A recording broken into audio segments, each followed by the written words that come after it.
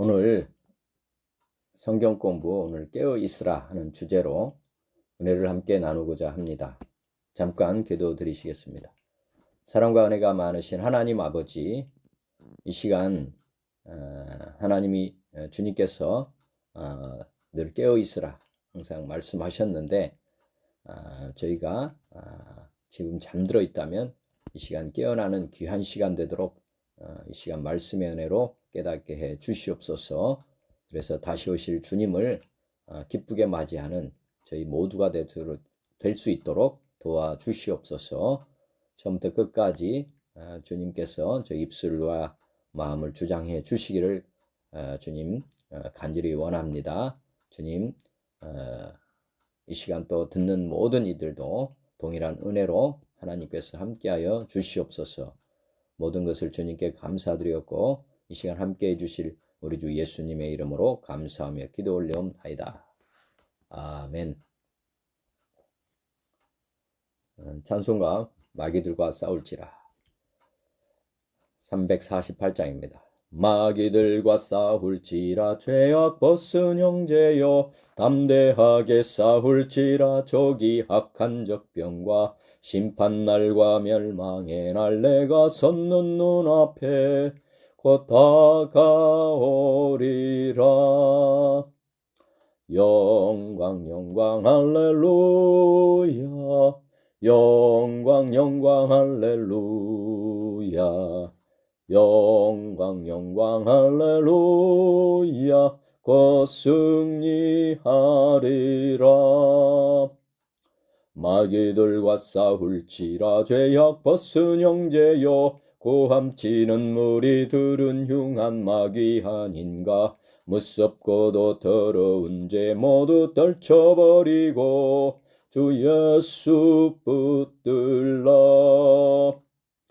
영광 영광 할렐루야, 영광 영광 할렐루야, 영광 영광 할렐루야, 곧 승리하리라.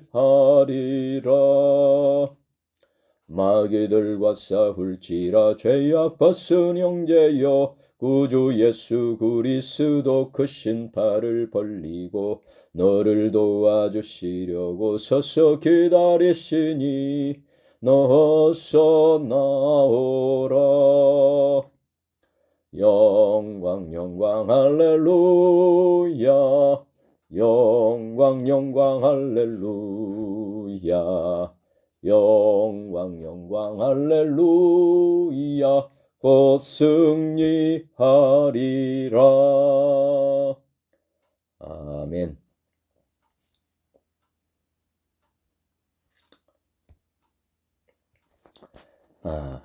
서론에 깨어 있어야 하는 이유에 대해서 한번 생각해 보시면 좋겠습니다.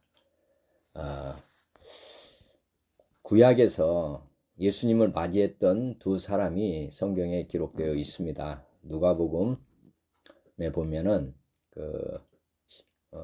예수님께서 할례 탄생한 지 8일 만인가요? 할례를 하도록 구약에서 제정을 했기 때문에 예수님이 성전에 가시는 내용이 나옵니다. 그래서 그때 안나와 시몬이라는 사람, 이 두 사람이 예수님을 맞이했다는 내용이 나옵니다. 구약에 많은 사람들이 있었죠. 선지자도 있었고 또 그 당시 살았던 바리새인 서기관들도 있었지만은 말씀을 많이 안다고 해서 깨어 있는 것이 아니고 이렇게 간절히 사모했던 이 두 사람이 예수님을 맞이하는 내용을 봅니다. 우리도 사실은 다시 오신다고 하는 예수님을 과연 몇 사람이나 깨어서 만나게 될까 한번 생각해 보시면 좋겠습니다. 우리도 다시 오신다고 하신 예수님을 기다리는 사람이 그렇게 많을까? 깨어 있으면서 주님을 준비하는 사람이 과연 얼마나 될까 생각해 봅니다. 우리 주님께서 우리에게 깨어 있으라고 하셨는데 그 이유 한번 첫째 보면 보이지 않는 영의 세계가 존재하고 있기 때문에 첫째는 깨어 있으라고 하셨다고 봅니다. 다시 오실 주님을 맞이하라는 그 준비하라고 하는 그 말씀도 의미가 있죠. 그리고 보이지 않는 영의 세계가 있다. 우리가 눈을 뜨고 있으면 깨어 있는 것이 아닙니다. 주님이 말씀하신 거는 잠자지 않고 기다리는 것, 이게 깨어 있는 게 아니고 진짜 영의 세계가 존재하고 있다. 이 하나님도 영이시지만은 마귀도 영적 존재이다 하는 것입니다. 우리가 깨어 있으면 지금 현재 하나님과 하나가 될 수 있고, 깨어 있지 아니하면 마귀와 하나가 될 수 있다. 다시 오신다고 하신 예수님, 우리가 신부로서 준비하는 것도 중요하고, 또 하나 우리가 하나님이 우리 안에 계십니다. 사실 보혜사, 다른 보혜사, 예수님이 보혜사시지만 다른 보혜사를 보내주셨다 해서 성령님이 우리 믿는 사람에게는 와 계십니다. 깨어있으면 성령님과 하나 된 삶을 살아갈 수 있지만, 그렇지 않다면 마귀와 하나가 될 수 있다는 것 생각해 보셔야 됩니다. 베드로 전서 5장에도 5장 8절, 근신하라 깨어라 너희 대적 마귀가 우는 사자같이 두루 다니며 삼킬 자를 찾나니. 깨어있지 아니하면 여기서는 근신하라 깨어라 이렇게 말씀하셨잖아요. 베드로 사도를 통해서. 왜냐 보면 너희 대적 마귀, 우리의 대적은 사람이 아닙니다. 공산당도 아니고 우리의 진짜 대적은 마귀입니다. 마귀. 아담이 깨어있지 않아서 아담과 하와가 죄를 지었습니다. 하나님 말씀에 늘 묵상하고 하나님 말씀을 늘 마음에 간직하고 있어야 되는데, 대적 마귀, 뱀이라고 하죠. 뱀의 꼬임에 넘어가서 죄를 짓고 말았습니다. 마찬가지로 지금도 이 대적 마귀가 우는 사자처럼 두루 다니며 삼킬 자를 찾는다. 이 상황을 항상 생각해 보셔야 됩니다. 지금 보이지 않는 마귀가 우리를 삼키려고 한다는 거죠. 삼킨다는 거는 하나가 된다는 거죠. 마귀 밥으로 먹어버린다는 거죠. 우리가 마귀를 밥으로 먹을 수도 있지만 우리가 마귀에게 밥으로 먹힐 수도 있다는 것. 자, 고린도 후서 4장에도 보면은 4장 18절, 우리가 주목해야 되는 것은 보이는 것이 아니다. 지금 눈 뜨고 이렇게 바라보는 것이 이게 아니고, 진짜는 보이지 않는 것이니 보이는 것은 잠깐이요 보이지 않는 것은 영원합니다. 우리가 진짜 주목하고 살아야 돼요. 우리가 바라보고 살아야 되는 것은 보이는 것이 아니고 보이지 않는 것인데, 보이지 않는 것은 영원하다. 우리 하나님이 영존하시죠. 영존. 우리 하나님을 진짜 주목하고 살아야 된다 말씀이고, 또 마귀를 우리가 주목해 볼 필요도 있습니다.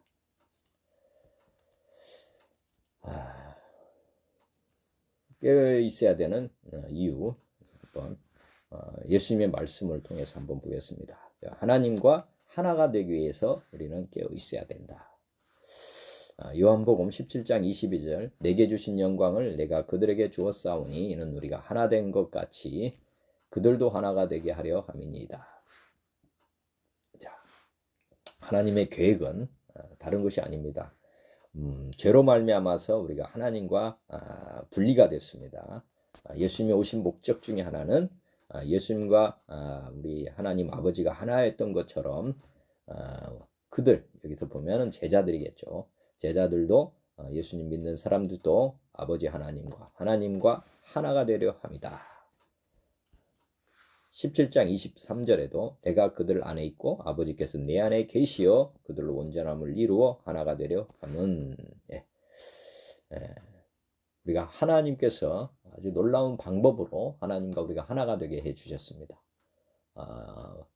하나님께서는 아담과 하와 만들 때부터 하나님의 형상으로 만들었습니다. 하나님의 형상으로.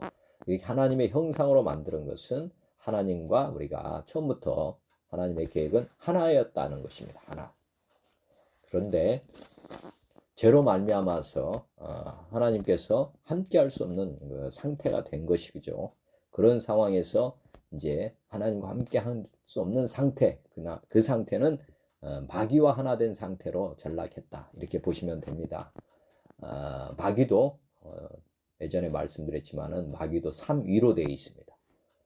마귀, 하나님의 아버지 역할을 하는 마귀가 있고, 그다음에 예수님 역할하는 바다에서 나온 짐승이 있고, 또 성령님의 역할을 하는 땅에서 올라온 짐승이 요한 계시록에는 나와 있습니다.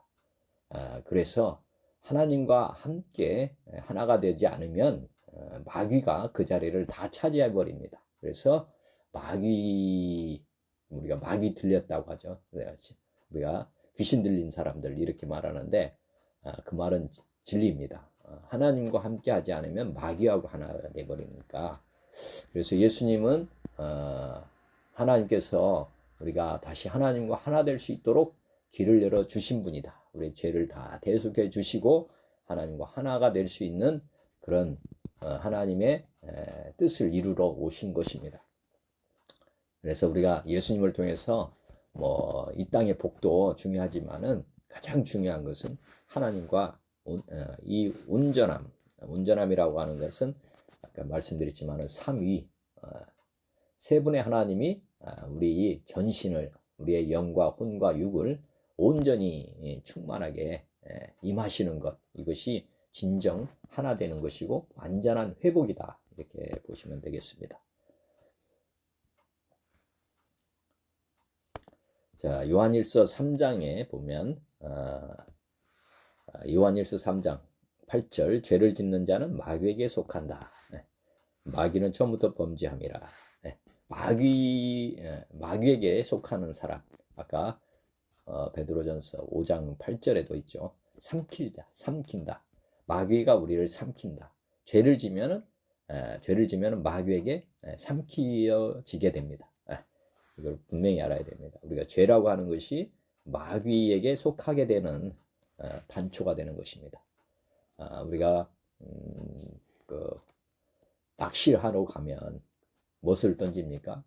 잡기 위해서 공갈로 먹이를 주는 경우도 있고, 하여튼 밥을 이렇게 주는데, 우리에게 죄에 걸리도록 마귀는 항상 미혹하려고 유혹하는 먹이를 주려고 합니다.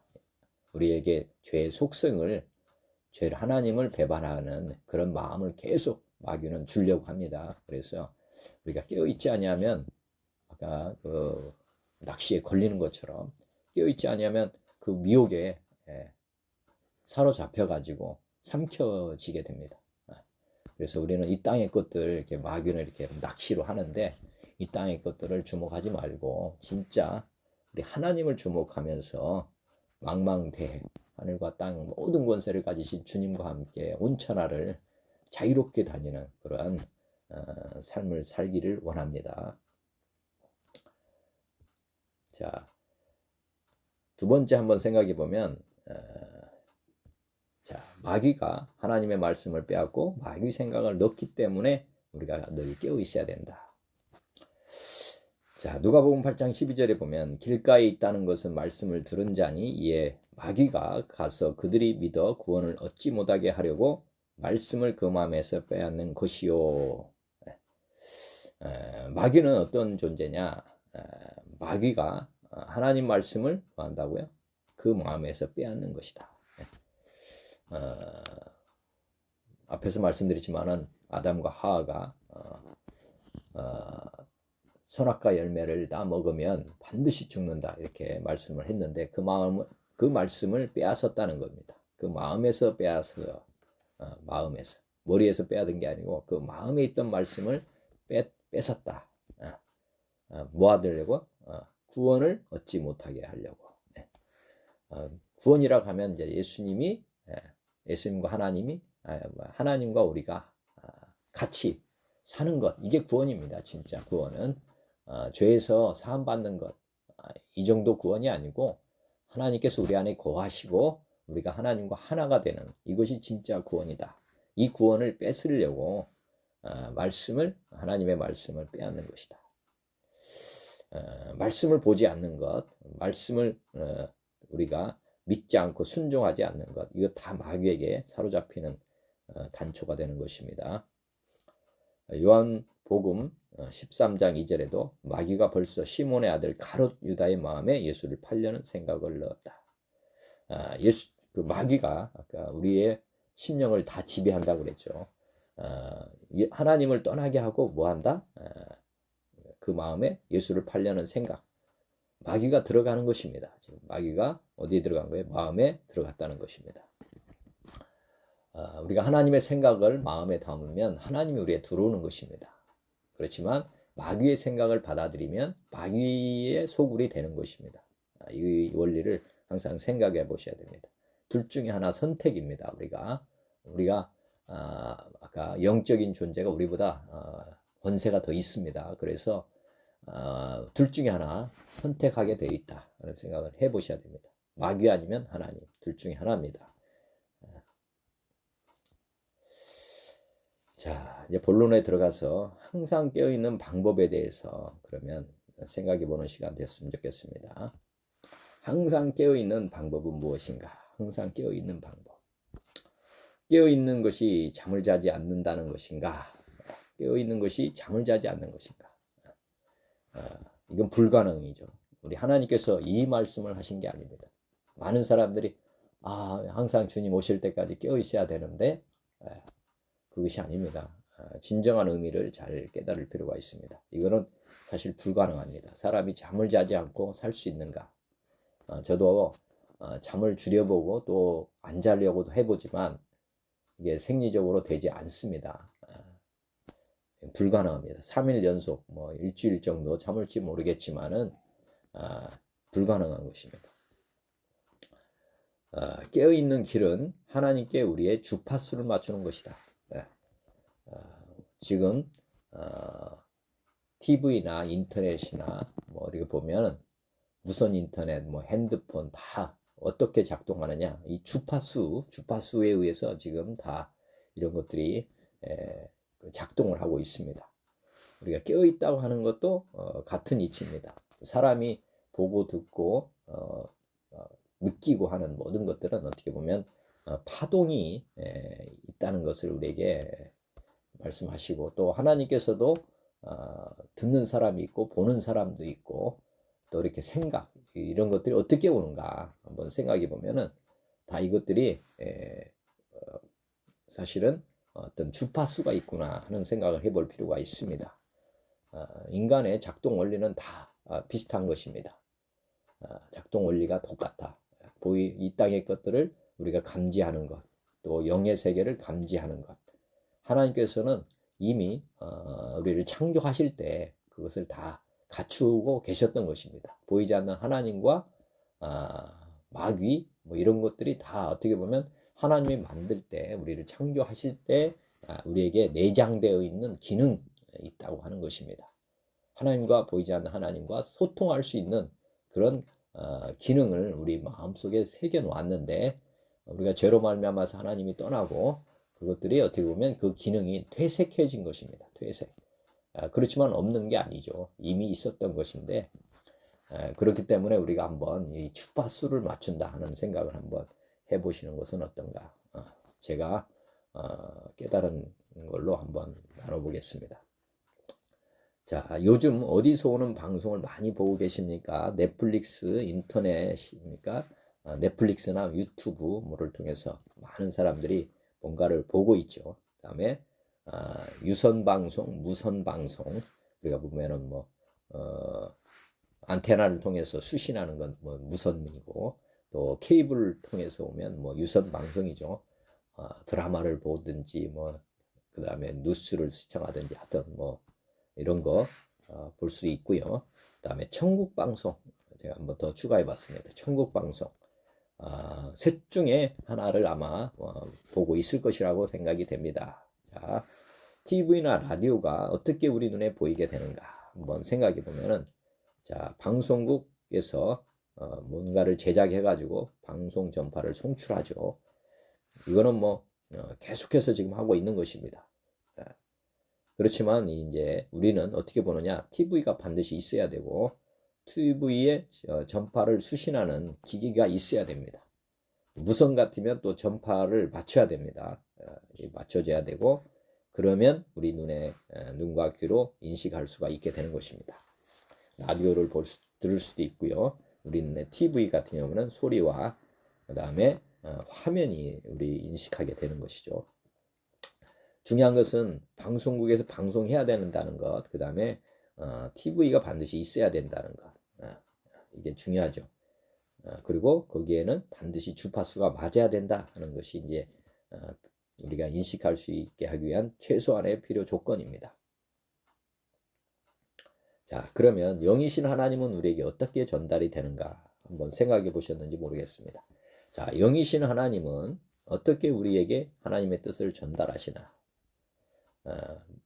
자, 간증하시는 거 보면 천국을 보았다, 꿈을 꾸었다, 또 하나님의 음성을 들었다, 아까 같이 마귀의 생각을 받았다, 뭐 이런 것들이 어떻게 오는 건가 한번 생각해 보면 하나님이 계시고 하나님이 하늘에서 천국 방송 말씀을 계속해서 보내주시고 있습니다. 그리고 또 TV 역할을 하는 이 세상에 존재하지 않는 것을 우리에게 계속해서 보내주고 있습니다. 이게 이제 방송 전파를 송출하는 거죠. 요 천국 방송을 하고 천국 방송에 이것을 이 땅에다가 계속 하나님의 나라 회개하라 천국이 가까웠다. 뭐 회개하라 천국이 가까웠다. 이 말씀을 지금 어떻게 보면 하고 계시는 것입니다. 그러면 우리 몸이 첫째는 이 땅에 있어야 되겠죠. 우리 땅의 몸이 TV 역할을 하는 몸이라 보시면 되겠고 방송 전파 수신기가 있어야 되는데 하여튼 이 방송 전파를 수신하는 것이 이제 뭐냐? 보면 이것이 믿음이다 하는 것입니다. 믿음. 앞에서 말씀드렸지만은 이 천국 방송을 한다는 자체를 인식을 하지 않으면 우리가 주파수를 맞출 일도 없고 또 의식할 필요도 없습니다. 그렇지만 지금 하나님께서는 생존에 계십니다. 생존에 계시고 우리에게 뭔가를 지금 보내주고 계시는 것입니다. 이 사실을 우리가 인식한다면은 우리가 뭐를 할 수 있는 것입니까? 주파수를 맞출 수가 있는 것입니다. 이게 뭐냐? 하나님께서 지금 우리를 위해서 뭔가를 하고 계시다. 찍고 계시다. 그러면 우리는 이제 믿음으로 그것을 바라보면 되는 것입니다. 주목하는 것입니다. 주목. 그러면 이게 이제 주목하는 것이 바로 믿음이고 전파를 맞추는 것이다. 그러면 우리 생각, 우리 눈과 귀로 인식하게 된다. 천국 방송을 우리가 우리 생각으로 우리 눈과 귀로 받아들이게 되는, 깨닫게 되는 것입니다. 같은 원리입니다. 사실은 방송국에서 하는 거나 우리 영이신 하나님이 천국에서 방송하는 건 우리 인간이 인식하는 거기 때문에 같은 원리로 작동되고 있다 생각해 보시면 좋겠습니다. 자, 하나님 나라의 천국 방송의 전파를 이제 수신하려면 구체적으로 어떻게 해야 되는가? 자, 우리는 기본적으로 세상 마귀 방송을 전달받는 구조로 변해져 있다 하는 것을 생각해 봐야 됩니다. 따라서 별도의 노력을 하지 않아도 됩니다. 이미 우리는 죄 가운데 있었기 때문에 이때까지 마귀하고 계속 소통해 왔습니다. 소통해 오다 보니까 무의식적으로 이제 된 거예요. 뭔가에 지금 씌어서 지금 살아왔던 것입니다. 즉 육의 사람은 육적인 감각기관을 통하면 자연스럽게 수신할 수 있습니다. 예전에 말씀드렸죠. 사람은 영과 혼과 육으로 되어 있습니다. 육으로. 근데 죄로 말미암아서 영이 죽었습니다. 아담이 죄를 지었을 때 살았느냐 죽었느냐? 죽었습니다. 사실은. 즉 영이 죽어버린 거예요. 하나님이 떠나버린 자리가 이제 영이 죽었다고 보면 됩니다. 그러면 나무로 보면 나무에서 가지가 잘라져 있는 그런 상태, 이렇게 잘라져 버린 것입니다. 그러면 이게 이제 인간의 수명이 되는 거죠. 수명. 가지가 잘라진 이 상태. 뭐 어떤 사람은 긴 가지가 있고 어떤 짧은 가지인데 여하튼 죄를 말미암아 이렇게 원나무에서 이렇게 잘라져 있는 상태. 이 상태는 영이 죽은 거 이렇게 보시면 되고, 그러면 이제 사람은 지금 살아있는 것처럼 보이기는 하죠. 이게 뭐냐면 이게 혼입니다. 혼은 선택이다 이렇게 볼 수 있는데 이 죄로 이제 죄인은 누구냐면 이제 육을 따라서만 의사결정을 하는 것입니다. 원래는 영과 육을 둘 중에 하나를 선택해서 가는 것인데 선택이다 보면 선택이라기보다는 아담이 처음 하나님께서 창조하셨을 때는 영을 중심으로 의사결정을 하도록 이 혼이 자동으로 이렇게 세팅이 됐던 것입니다. 이렇게 이런 식으로. 그런데 영이 죽음으로 말미암아서 이게 거꾸로 된 것입니다. 육이 이렇게 혼을 지배하도록 이렇게 만들어 버린 것입니다. 그래서 육의 사람은 육적인 감각기관을 통해서 이 혼이 자동으로 행동하도록 이렇게 정해져 버린 것입니다. 그래서 자연스럽게 이제 수신할 수가 있습니다. 세상 방송은 마귀가 주는 것들은 바로 이 감각기관을 통해서 이렇게 혼에 영향을 미친다. 이렇게 보시면 되겠습니다. 그러면 이제 하나님 나라의 천국 방송을 수신하려면 이제 이게 비정상이 된 거고, 이걸 다시 보면 이걸 이제 정상으로 해야 될 거 아닙니까? 자, 이제 하나님 나라 수신하려면 어떻게 되느냐? 자, 이런 구조입니다. 영, 혼, 육인데, 이제 이 죽었던 영이 살아나는 것이 이제 하나님 나라의 백성입니다. 백성. 이렇게 그럼 영이 여기가 살아나죠. 구원받으면 이 영이 살아나는 것입니다. 그러면 가지로 보면 이제 뭐가 된 거예요? 잘라졌던 가지가 이렇게 접붙임을 당하는 거예요. 접붙임. 접붙이는 것이 이제 이렇게 영이 살아났다. 이렇게 보시면 되겠습니다. 잘라진 가지가 이렇게 붙어 있는 이 상태가 이제 하나님의 백성들입니다. 그리스도인. 이러면 이제 아까 과거는 어떻게 옛사람은 어떻게 됐다고? 육이 지배하는 상태였다고 보면 이제는 영이 지배하는 상태로 바꿔가야 되는 것입니다. 반대로 가야 되겠죠. 그래서 하나님 나라의 천국 방송을 시청하려면은 이제 다른 방법으로 가야 되는 거예요. 육신을 통해서 가는 것은 이게 안 되는 거고, 이제 지금과 다른 수신기가 설치되어야 한다. 하나님을 만나야 된다. 첫째는 여기 하나님이 살아야 되는 거죠. 거듭나야 된다 이거예요. 이게 구원받아야 된다. 영이 구원받아야 된다 하는 것입니다. 그러면 여기에 하나님이 들어오시잖아요. 그러면 이게 거듭남, 하나님 만남, 성령의 인치심, 이 같은 말씀입니다. 여기가 이제 살아야 된다 이 말씀이고, 두 번째 우리가 천국 방송의 주파수에 우리를 맞춰가야 수신이 된다. 아까 과거는 육신에 따라서 막 움직였던 거예요. 요게 강하기 때문에 혼은 자동적으로 이렇게 지배를 받았던 것입니다. 그렇지만 이제는 하나님의 새로운 피조물로 우리를 만드시기 때문에 이제 영이 지배하는 요 상태로 이렇게 가야 된다는 거죠. 그래서 육의 감각을 의존하면 안 된다. 요거는 이제 의존하지 말고 이제 영을 이제 바라봐야 된대요. 즉 육의 감각을 끄고 기관을 끄고 믿음을 가지고 의식적으로 삼위 하나님을 주목하여 살아가야 된다. 이제는 혼이 어디를 바라봐야 되냐면 요 몸을 바라보지 말고 뭐를 바라보라? 우리 안에 새롭게 되면서 우리 안에 들어오신 하나님을 주목하는 것. 하나님을 주목하면 뭐가 되는 것입니까? 이제 믿음의 사람이 되는 것입니다. 요걸 주목한다. 믿음을 가지고, 믿음이라고 하는 것은 하나님이 하신 말씀을 그대로 받아들이는 것, 이게 믿음입니다. 이거를 의식적으로 이제 하나님이 함께 하신다 하면 그 말씀 그대로 이루어졌다고 믿고 이제 하나님 말씀이 진리입니다. 우리는 이제 하나님 말씀을 주목하고 하나님을 주목하고 이렇게 이제 의식적으로 한다는 거죠. 고린도후서 4장 18절 우리가 주목하는 것은 보이는 것이 아니요 보이지 않는 것이니 보이는 것은 잠깐이요 보이지 않는 건 영원함이라. 우리가 영원한 생명을 얻는다는 것은 이 하나님이 영원하신 분이기 때문에 그렇습니다. 우리가 영원한 것을 바라보면 우리가 영원히 영원한 존재가 된다는 말씀입니다.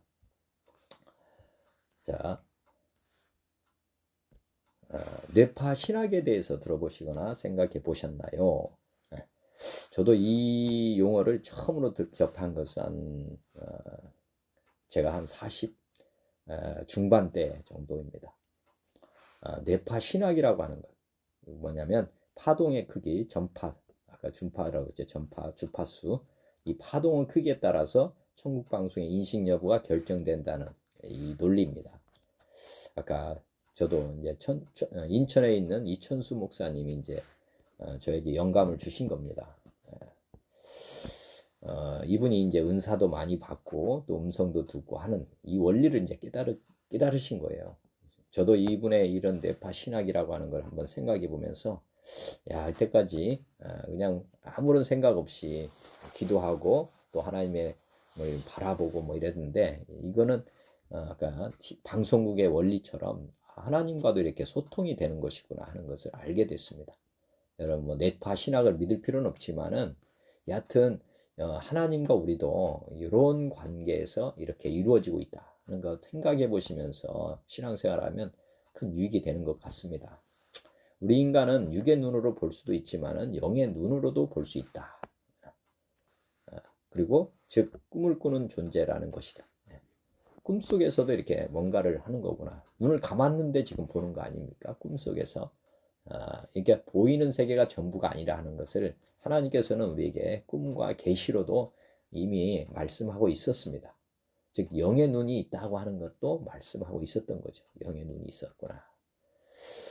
그리고 인간은 육의 귀로 들을 수도 있지만은 영의 귀로 들을 수도 있구나. 하나님은 정말 진짜 영적인 존재와 이렇게 소통하는 것을 이미 우리 내부 우리 몸에 기관 조직으로 만들어 놓았던 것입니다. 그러니까 우리가 이 세상 소리도 들을 수 있지만 보이지 않는 영적 존재와도 이렇게 대화를 할 수 있구나.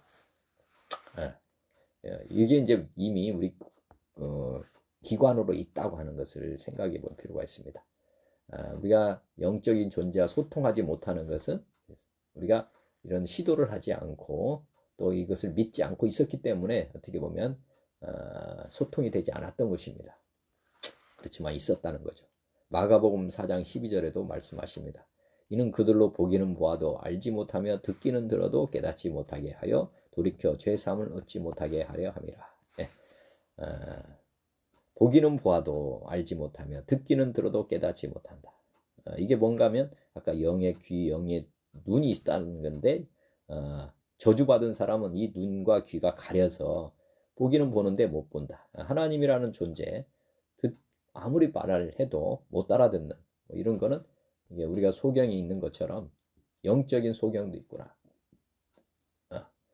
그 다음에 영적인 귀머거리도 있구나 하는 생각을 해볼 필요가 있습니다. 우리는 둘 다 온전해야 된다는 것 생각해 보셔야 됩니다. 사도행전 28장 26절 26절 일렀을 때 이 백성에게 가서 말하기를 너희가 듣기는 들어도 다시 말씀하죠. 너희가 듣기는 들어도 도무지 깨닫지 못하며 보기는 보아도 도무지 알지 못하는도다. 예수님께서 이 땅에 오셨을 때 귀머거리가 크게 외쳤죠. 다윗의 자손 예수여. 우리 소경도 그랬고 어떻게 보면 그때 주님께서 눈과 귀를 열어주셨습니다.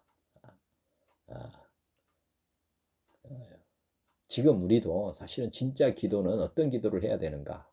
여기 보면 보기는 보아도 듣기는 들어도 우리가 보면 복음을 전파하지만 못 알아듣습니다.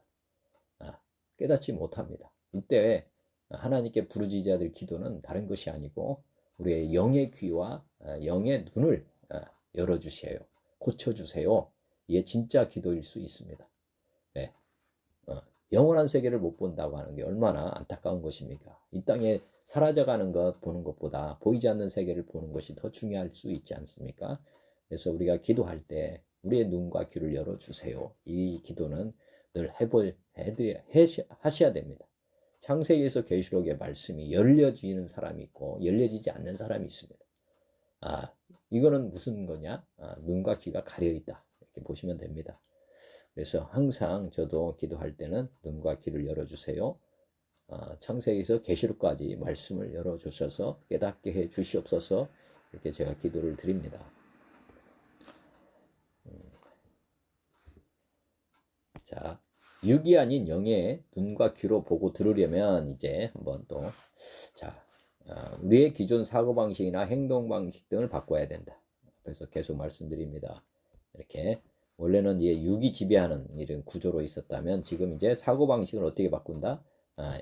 이 영 중심으로 이렇게 사고하도록 또 이렇게 행동하도록 이렇게 믿지 않는 사람은 이 육을 중심으로 이렇게 사고방식이 이루어지고 있습니다. 그렇지만 우리 믿는 사람은 이제 영 중심으로 영이 이제 주인이거든요. 그래서 이런 행동 방식도 이런 식으로 해야 된다. 사고도 이렇게, 행동도 이렇게. 내 영혼이 잘 되면 범사 잘 되고 강건해지라. 이렇게 성경 말씀은 속 사람이 중요하다. 이렇게 말씀하고 있는 것입니다. 자기 주도에서 주님 주도 방식으로 자기 주도 그러면 이게 육신 주도 이렇게 보면 됩니다. 세상 주도가 몸 따라서 움직이는 이런 사람들, 육신의 사람, 이렇게 하면 이게 자기 주도입니다. 이게 자기 주도고, 주님 주도는 이제 우리 안에 내주하시는 주님을 중심으로 생각하고 판단해 가는 것. 이건 이제 신본주의다. 이렇게 보시면 됩니다. 이건 하나님 중심, 나 중심 이렇게 보면 되고요. 나는 말씀대로 살 수 있다 하면 된다. 이게 이제 세상적인 그 인본주의자들의 외침입니다. 나는 말씀대로 살 수 있다 하면 된다. 이렇게 말하지만은 이제 우리가 사고의 틀을 바꿔야 됩니다. 나는 말씀대로 살 수 없다. 나는 안 된다. 나 혼자 힘으로는 불가능하다. 하나님 말씀을 지킨다는 건 불가능입니다. 그것은 구약의 결론이기 때문에 그렇습니다. 유대인들이 자기 나름대로 행위로 구원받으려고 했지만은 행위로 구원받을 수 있는 사람이 없다는 것을 구약에서는 계속해서 사람들의 사례를 통해서 우리에게 말씀하고 있습니다. 그러니까 우리는 우리 힘만으로는 지킬 수 없다. 하나님 말씀을 이걸 항상 생각해 볼 필요가 있다는 거죠. 대신에 어떻게 말씀해야 되느냐, 사고방식을 바꿔야 되냐면, 주님은 말씀대로 살 수 있는 유일한 분이시고 주님이 나의 주인이 되시면 나도 행할 수 있게 된다. 즉 속사람이 주인으로 바뀌게 되면, 예수님으로 하나님으로 바뀌게 되면 우리도 이제 뭐가 될 수 있다? 말씀을 이룰 수 있습니다. 이렇게 말하는 것이 이제 정석이 된다는 거죠. 그러므로 나는 늘 잠잠히 하나님을 바라보며 주목하는 거죠. 하나님을. 그리고 하나님의 도움을 구하며 하나님께 맡기며 전적으로 하나님만을 믿으며 그분과 동역하며 살아야 한다. 우리 흠만으로는 안 된다. 그래서 하나님을 마음의 중심에 지금 보내주시는 것입니다. 주님과 함께 모든 일을 하도록 주님께서 이 길을 만들어 주신 것입니다. 예수님이 안 계셨다면, 예수님이 오시지 않고 또 십자가에 죽고 부활하시지 않았다면 이루어질 수 없는 일입니다. 예수님의 공로로 말미암아서 우리가 하나님과 함께 동역하며 동거동락하는 그런 삶이 됐다는 것. 그렇기 때문에 이제는 그분을 바라보면서 주목하면서 그분과 함께 모든 것을 하면 되는 것입니다. 동역한다. 이렇게 보시면 되겠습니다. 날마다 자기를 부인하고 말씀으로 살아야 되는 이유를 한번 또 생각해 보면, 자, 이게 깨어있는 건데, 날마다 자기를 부인한다. 왜 예수님께서 자기를 부인하고 자기 십자가를 지고 나를 따르라고 하셨느냐? 어느 정도 수준 차이가 있을까? 하나님과 우리의 생각의 차이, 능력의 차이 한번 생각해 보시면 얼마나 차이가 있는가? 생각의 차이로 한번 생각해 보면 100% 틀릴까? 아니면 50% 정도 틀릴까? 많은 분들이 하나님과 우리의 생각이 거의 50% 이상은 맞는다 이렇게 생각을 합니다. 근데 그런 생각 때문에 사실 성경을 보지 않습니다. 하나님 말씀에 귀 기울이지 않고 주목해 보지 않고 살아갑니다. 내 생각이 하나님 생각과 크게 틀리지 않다. 우리가 단정적으로 말하죠. 착하게 살면 다 천국 가는 거 아니냐. 이게 일반적인 사람들의 생각입니다. 성경을 안 봐도 그렇게 하나님 말씀이 그런 뜻이다 이렇게 생각하고 살죠. 그래서 세상은 행위 중심으로 판단을 하는데 맞습니다. 행위로 판단하는 건 맞는데 중요한 것은 구원이 그런 식으로 되는 것이 아니다는 거죠. 구원 자체도 구원이 이제 그 차이를 모르는 거죠. 예수님을 믿는 왜 믿어야 되는지 그걸 정확하게 모르는 것입니다. 내 뜻과 하나님의 뜻은 100% 틀리다. 이것을 깨닫는다면 나를 붙잡지 않는다. 내 뜻과 하나님의 뜻은 100% 틀립니다. 그리고 내 능력도 100% 주님과 비교가 되지 않습니다. 즉 개미와 코끼리 이런 정도의 능력 차이, 이건 비교가 안 되는 차이입니다. 사실은 이사야 55장 8절에 보면 이는 내 생각이 너희 생각과 다르면 내 길은 너희 길과 다름이니라. 여호와의 말씀이니라. 이는 하늘이 땅보다 높음 같이 내 길은 너희 길보다 높으며 내 생각은 너희 생각보다 높다. 하나님과 비교하려고 하지 마라 이 말씀입니다. 하나님을 자기 수준, 인간 수준으로 보지 말아라 이 말씀입니다. 그렇기 때문에 예수님께서 오셔서, 예수님 하나님 아닙니까? 하나님. 그러니까 나를 따라올 때는 너희 생각을 다 버리고 따라와라. 내 생각과 너희 생각이 다르니까 너희 생각을 가지고 하면 안 된다. 예수님께서 예수님의 제자 중에 한 사람이 그랬죠. 우리 아버지 돌아가셨는데 내가 장례 치고 오겠습니다. 그랬더니 예수님 뭐라고 하십니까? 너희 생각과 내 생각이 다르다. 일반적인 사람들의 생각은 장례 가는 것이 맞아. 그렇지만 내 생각은 너희 생각과 다르니 나를 따라와라. 죽은 사람은 죽은 사람이 장례하게 놓아두고 이렇게 말씀하신 거거든요. 또 예수님의 형제 또 마리아가 왔잖아요. 가족 친척이. 그랬더니 누가 형제냐 자매냐 일반적인 사람들의 생각을 다 깨트렸죠. 하나님의 뜻대로 하는 사람이 하나님의 형제요 자매다. 얼마나 다릅니까? 완전히 반대잖아요. 그죠? 그 정도로 우리 하나님과 우리의 생각은 다른 것입니다. 그러니까 우리가 하나님과 우리의 생각을 일치시키면 안 됩니다. 우리 같다고 생각하는 것 자체가 불신인 것입니다. 여기 제가 비유를 썼죠. 아마추어 우리는 18급이다 보면 하나님은 프로 10억 단, 수조 단, 이런 차이입니다. 예를 들어서 우리가 한 수를 내다보면 하나님께서는 원수를 보는 거예요. 창세기로부터 계시록까지 그 수를 보고 놓는 것이다. 이렇게 보시면 됩니다.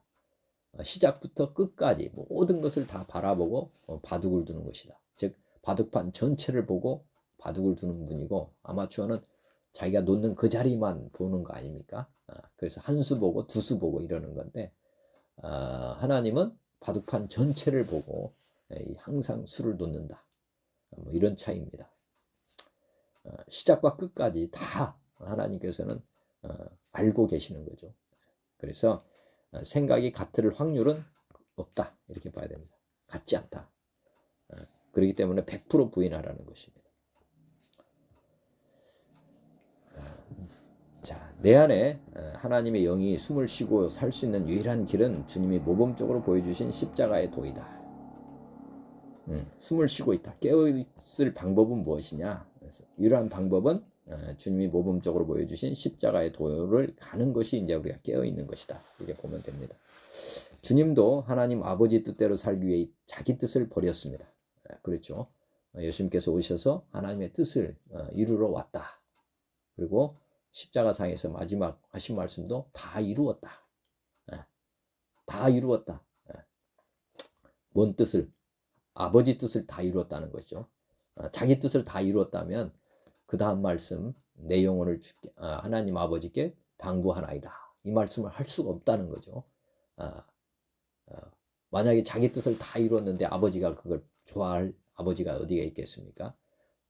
그게 아니고 예수님께서는 마태복음에 기록한 것도 보면 구약에 기록된 말씀을 항상 인용하시면서 주님은 그것을 이루어가는 것들을 예수님이 탄생부터 어떻게 보면 죽으실 때까지 다 기록되었을 때 예수님이 하신 모든 것들을 구약에 예언된 말씀을 이렇게 인용하시면서 성경을 기록했습니다. 유대인들에게는 구약이 성경이었기 때문에 성경을 다 이룬 것을 구약 마태복음에서는 기록하고 있는 것입니다. 왜냐하면 마태복음이 이스라엘 백성들, 유대인들을 상대로 써주었기 때문에 그렇습니다. 구약을 믿는 너희들을 한번 봐봐라. 이렇게 예수님이 이 일을 하시면서 구약에 예언됐던 말씀을 이루었다. 그리고 나서 예수님이 내가 구약의 말씀을 다 성취했습니다. 이 마지막 마침표를 딱 찍으신 것입니다. 그래서 이제 영혼을 주님께 하나님 아버지께 맡겼고 잘했다 해서 예수님께서 3일 만에 부활하셔서 하늘과 땅의 모든 권세를 가지시는 아들로 권세를 이어받게 된 것입니다. 아버지 마음에 흡족했다는 것이죠. 주님이 우리 아버지 뜻대로 살기 위해 오셨고 자기 뜻을 다 버리고 사셨습니다. 이것이 주님이 우리에게 가르쳐 주시는 십자가를 따르는 길이다. 십자가를 따르는 길은 자기 뜻을 버리고 가는 것이다. 이 말씀입니다. 제일 큰 우상은 자기 자신입니다. 자기 자신. 이 자기 자신, 이렇게 보시면 됩니다. 나는 영원하지 않습니다. 영혼을 갖고 싶다면 영원하신 분께 자신을 드리는 방법밖에 없다. 예수님이 자신의 몸, 이 땅에 오셨을 때 인간의 몸으로 오셨습니다. 그래서 예수님은 처음부터 끝까지 자기 몸을 어떻게 한 겁니까? 아버지께 드린 것입니다. 그래서 십자가의 길을 처음부터 걸어가셨던 거예요. 십자가의 길은 자기 뜻을 버리는 것입니다. 자기 뜻을 아버지 뜻대로만 움직이는 거. 이게 십자가의 도입니다. 십자가의 도. 주님께서 우리의 생명을 달라고 하시는 이유는 뭐냐? 빼앗으려는 것이 아니고 뭐냐면 영생을 주기 위해서다. 우리 아들 예수님이 다시 부활하고 영생을 얻은 방법은 뭐냐? 아버지께 생명을 맡기셨던 것입니다. 자기 뜻을 다 버리고 아버지 말씀을 따라갔던 것입니다. 그래서 영원한 생명을 얻었다. 이게 부활의 생명을 얻은 것입니다. 우리도 이 길을 가라고 예수님은 지난주에 성경 공부도 말씀드렸습니다. 우리 하나님의 아들들이 따라가야 될 길은 예수님이 하나님의 아들이었지 않습니까? 그 길을 우리가 따라가야 된다는 거죠. 아들처럼 살려면 아들 예수님처럼 살아야 된다. 이게 이제 하나님께서 우리에게 요구하시는 것이고 그 길을 안내해 준 것입니다. 자, 자신에게 가장 소중한 것을 주님께 드리는 것이 지혜이고 이것이 십자가의 도의 길이다. 즉 자신에게 가장 소중한 것이 무엇입니까? 그게 생명 아닙니까? 생명. 뭐 돈이라고 할 수도 있는데 그것이 아닙니다. 진짜는 생명입니다. 생명. 십자가의 도는 이 생명을 주님께 드리는 것이다. 십자가의 도를 거치지 않고서는 부활은 없다. 예수님이 자기 생명을 아버지께 드리지 않았다면 부활은 없습니다. 우리가 하나님 앞에 우리가 씨를 심어야 되는데 이 생명을 심으면 생명으로 얻는 것이고 돈을 심으면 돈으로 오는 것입니다. 진짜 풍성하고 영원한 것을 얻고자 한다면 뭐 돈을 심어서 이 땅에서 행복하게 살 수도 있습니다. 돈이 오니까. 그렇지만 이거는 영원하지 않은 거 아닙니까? 그래서 우리가 영원한 것을 얻기 위해서 우리 생명을 드려야 된다는 것 한번 생각해 보시면 되겠습니다. 이것이 깨어있는 삶입니다. 깨어있는 삶은 다른 것이 아니고 오늘도 십자가의 도를 따라서 가는 것. 이것이 나를 부인하고 주님을 쫓아가는 것. 이것이 깨어있는 것입니다. 마태복음 6장 24절 한 사람이 두 주인을 섬기지 못할 것이니 혹 이를 미워하고 저를 사랑하거나 혹 이를 중히 여기고 저를 경히 여김이라. 너희가 하나님과 재물을 겸하여 섬기지 못한다. 이게 깨어있는 것도 두 주인을 우리가 항상 섬길 수 있다는 것입니다. 아까 영혼 6이라 했다고 해요. 영혼 6. 우리가 두 주인이면 요거 겉사람이냐 속사람이냐. 이게 속사람이죠. 속사람. 하나님과 이 재물, 이게 뭐냐면 육신이라고 보면 됩니다. 이 세상, 하나님 나라 이렇게 보면 되겠죠. 나라.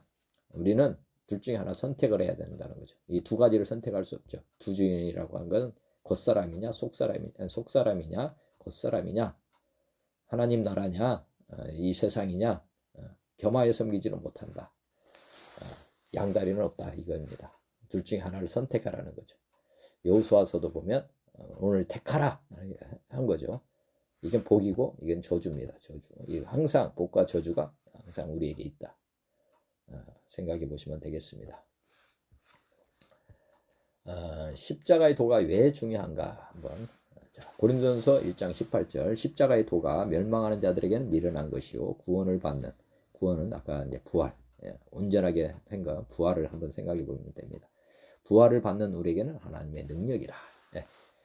죽지 않으면 부활은 없습니다. 그래서 십자가의 도가 멸망하는 자들은 미련한 것처럼 보이죠. 죽는 것인데 어떻게 뭐 이게 되느냐. 근데 부활을 믿지 않았기 때문에 그렇습니다.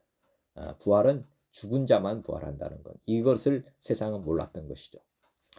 마태복음 16장 24절 이에 예수께서 제자들에게 이르시되 누구든지 나를 따라오려거든 자기를 부인하고 자기 십자가를 지고 나를 따를 것이니라. 자기를 부인하고 이게 십자가의 도 아닙니까? 그 다음에 두 번째 마태복음 18장 4절 그러므로 누구든지 이 어린아이와 같이 자기를 낮추는 사람이 천국에서 큰 자다. 세상은 1등으로 가는 세상이라고 그랬죠. 그렇지만 우리는 어린아이와 같이 자기를 낮추는 사람. 세상에서는 꼴등하는 자리로 가는 것입니다. 섬기는 자죠. 이거는 세상은 섬김 받기를 원하고 하나님은 섬기라고 했기 때문에 우리는 자기를 낮추는 사람이 천국에서 큰 자다. 마태복음 23장 12절을 누구든지 자기를 높이는 자는 낮아지고 누구든지 자기를 낮추는 자는 높아지리라. 이게 하나님이 이 이율배반적이죠. 이 세상과 완전히 반대로 아까 사고방식, 행동방식을 바꾸라고 했잖아요. 이렇게 하는 것입니다. 세상은 높아지려고 하는 거고 대접받기를 원하지만 우리 주님께서는 뭐 하라고 하니까 섬기는 자가 되라고. 섬기는 자. 그래서 예수님께서 돌아가시기 전에 세족식을 했죠. 너희도 이와 같이 하라 하시면서 섬기는 자의 본을 보여주셨습니다. 그래서 예수님은 하나님이시지만 죽기까지 원수까지 다 용서하시고 어디로 떨어진 겁니까? 3일 동안 죽음까지 이룬 것입니다. 그래서 번지점프로 보면 가장 높으신 분이 가장 낮은 곳까지 내려갔다가 가장 높은 곳에 올라가셨습니다. 그래서 하나님 보좌 우편에 하늘과 땅의 모든 권세를 가지신 분으로 이렇게 올라가신 이유는 뭐냐면 가장 낮춘 분이기 때문에 가장 높이 올라가신 것입니다. 이 원리를 번지점프 원리라고 저는 생각하는데 우리가 얼마나 낮추는가가 우리가 나중에 죽고 나서 하나님 나라에서 올라가는 위치가 결정이 되는 것이구나 하는 생각을 해보시면 좋습니다. 자, 죽고자 하면 살고 살고자 하면 죽습니다. 사즉생 생즉사, 생즉사 사즉생. 이순신 장군이 일본을 이긴 전략입니다. 임진왜란 때 이순신 장군이 어떤 전략으로 이겼느냐? 이게 죽고자 나라를 위해서 죽고자 싸웠다는 거죠. 그래서 소수의 배로 일본의 배들을 다 물리칠 수 있었던 것입니다. 죽기로 싸우면 못할 것이 없다 하는 것을 우리에게 보여준 사례입니다. 마귀를 이긴 하나님의 승부수는 뭐냐? 요나의 표적 사건입니다. 마귀를 이긴 하나님의 승부수, 요나의 표적 사건이 뭐냐면 십자가의 죽음과 부활을 지금 말하는 것입니다. 죽으면 부활한다. 이 논리거든요. 요나가 고래 뱃속에 3일 동안 있었죠. 갇혔다가 나중에 나오는 것입니다.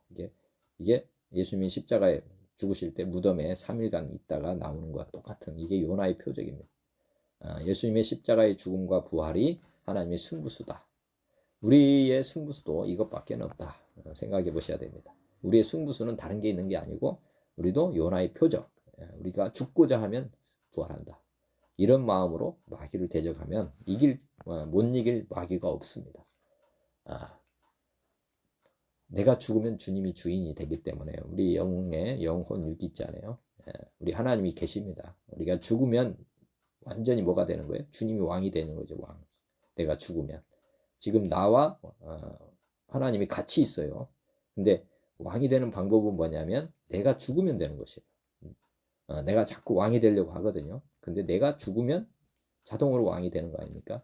예전에 사형리 전도 책자에 보면은 이렇게 의자가 있고 이 하나님이 계셔요.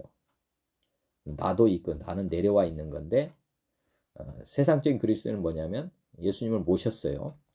예수님을 모셨는데 예수님이 아래 있고 내가 이렇게 올라가 있습니다. 이 방법은 예수님을 이렇게 올리는 것은 불가능입니다. 힘이 약한데 내가 어떻게 예수님을 이렇게 올릴 수가 있느냐? 못하는 거죠. 이때 예수님을 내가 이렇게 내려오고 예수님이 이렇게 올라가는 방법은 뭐냐면 내가 죽으면 되는 것입니다. 죽으면 자동으로 예수님이 이렇게 왕이 되는 것입니다. 그러니까 예수님이 아까 자기를 부인하라, 자기를 낮춰라, 이게 뭐냐면 예수님을 왕으로 이렇게 우리 마음 가운데 모실 수 있는 길은 다른 게 아니라 너가 죽어야 된다. 네가 자꾸 너를 부인하면 예수님은 자동으로 왕이 되는 것이다. 예수님을 올리려고 하실 필요가 없습니다. 자기를 부인하면 되는 것입니다. 이게 십자가의 죽음과 부활입니다. 내가 죽으면 예수님이 자동으로 왕이 된다. 우리 승부수도 이 십자가에 도달하는 거죠.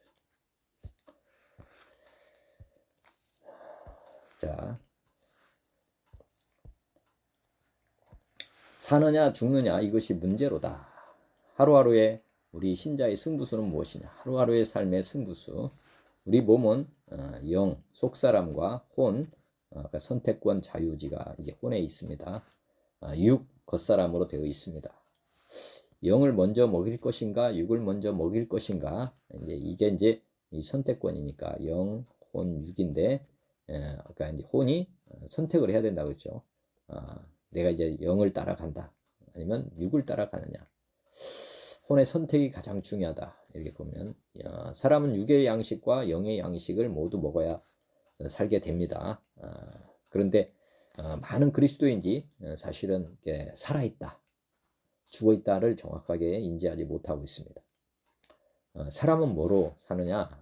육의 양식으로 산다고 생각하는 사람이 많습니다. 그래서 굶으면 죽는다. 그런데 이거는 아까 반쪽이 맞는 것입니다. 영의 양식을 먹지 않으면 죽어 있는 것입니다. 죽습니다. 이거를 알아셔야 됩니다. 여기가 죽으면 우리는 죽는 거예요. 아까 말씀드렸지만은 가지가 있는데 나무가 이렇게 있습니다. 이렇게 잘려지면 죽는 거예요. 이게 뭐냐면 영이 죽는 것입니다. 영이 죽는다. 영이 살리는 방법은 영의 양식을 먹어야 사는 것입니다. 사람은 두 가지를 다 먹어야 된다. 육의 양식도 중요하지만 영의 양식도 중요하다. 더 중요한 것은 영의 양식이다. 이 생각을 항상 해야 됩니다. 내가 오늘 또 살아있느냐? 영이 살아있으면 살아있는 것입니다. 나무가 접붙이면 살아있는 거잖아요. 그렇지만 이 가지에다가 이 물을 주는 것, 이게 육의 양식이거든요. 육의 양식은 다른 게 아닙니다. 이 죽은 가지에다가, 잘라진 가지에다가 뭐라는 거예요? 물 주는 겁니다. 물 주는 거. 이거 길어봐야 60년, 70년, 120년, 지금 아담은 900살까지 살았습니다. 그래도 하나님 볼 때는 하루입니다. 하루. 1000년이 하루 같다 했으니까 이래나 저래나 우리는 하루살이 인생인데, 육의 양식을 주는 것은 이 가지를 열매 맺게 하고 더 자라게 하기는 불가능한 것입니다. 단지 이 생명을 조금 연장해 준 거죠. 물 주는 거는. 잘라진 가지에 물 주는 게 우리의 꺾꽂이 생각해 보면 됩니다. 꺾꽂이에 있는 나무는 죽은 나무입니다. 거기에 물을 준다고 하면 그게 좀 더 생기가 있게 오래 가게 하는 것 뿐이지 이 나무 자체를 살리는 건 아닙니다. 우리가 반드시 영의 양식을 먹어야 되는 것은 이 접붙인 가지가 사는 길이기 때문에 그렇습니다. 그러니까 더 중요한 거죠. 영의 양식을 먹는 게 더 중요하다.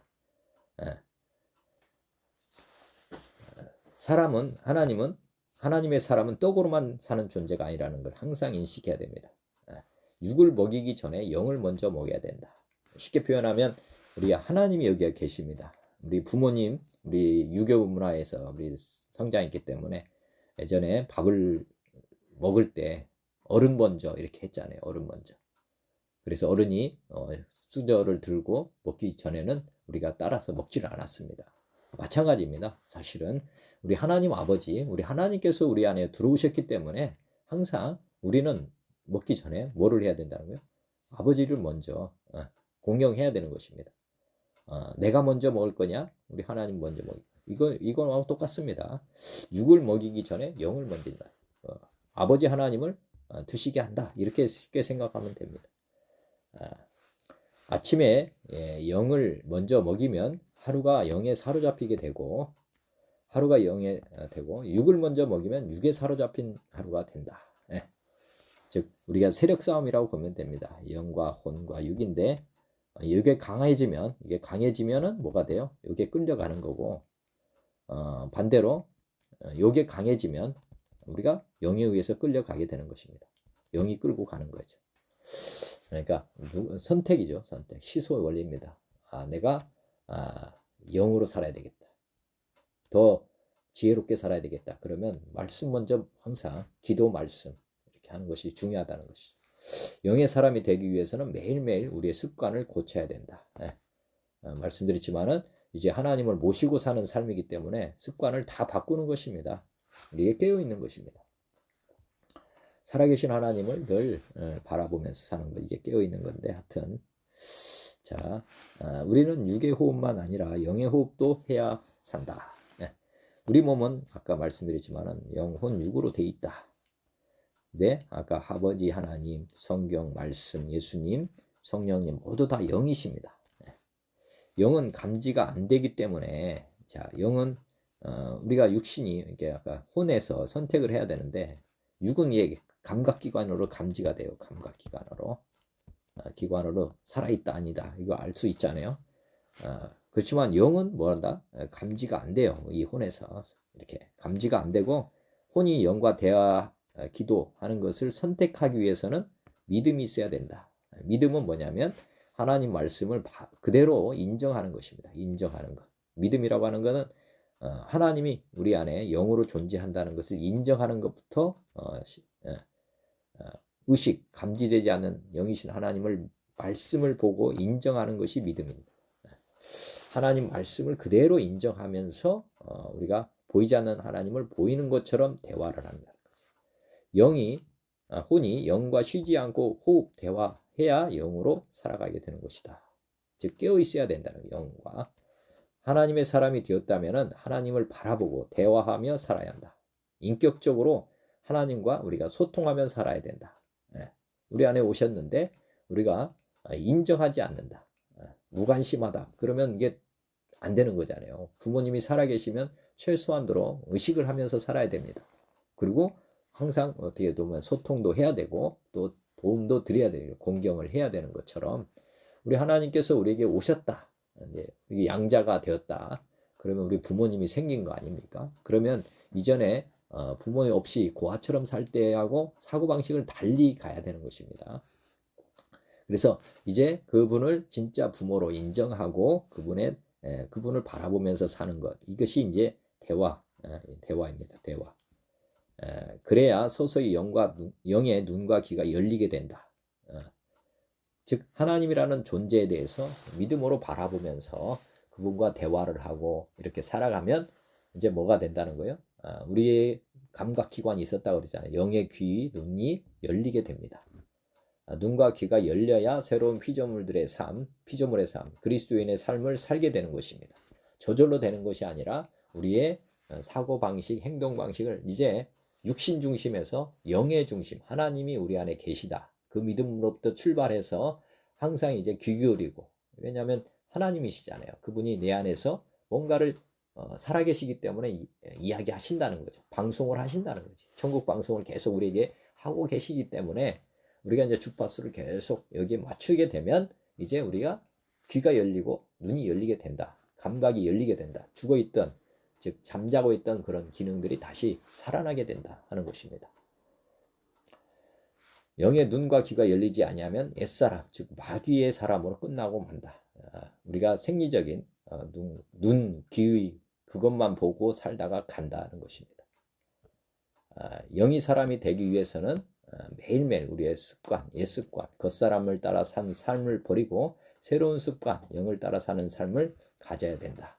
이게 바꿔야 된다는 거죠. 사고방식, 행동방식을 이제 하나님 중심으로 해야 된다. 그래서 기도도 해야 된다는 거죠. 대화도. 말씀만 먹어서는 안 되고 이제 대화도 시도해 봐야 된다 하는 것입니다. 십자가의 도를 따라 살아가야 한다. 보이는 것은 영원히 존재하는 것이 아니고 영원히 존재하고 실존을 다스리는 것은 영의 세계다. 육의 감각을 우선하지 않아야 영의 세계가 열리고 영이 역동하는 세계가 영존의 세계다. 영과 화합해서 살아가는 이 세상이 진짜 하나님 나라고 영원한 세계입니다. 좁은 길, 자기를 부인하고 십자가의 도를 따라 사는 자만이 새로운 세상, 즉 영원한 세상으로 들어갈 수 있다. 즉 십자가의 도를 따라가지 않으면 이게 이제 넓은 길입니다. 넓은 길.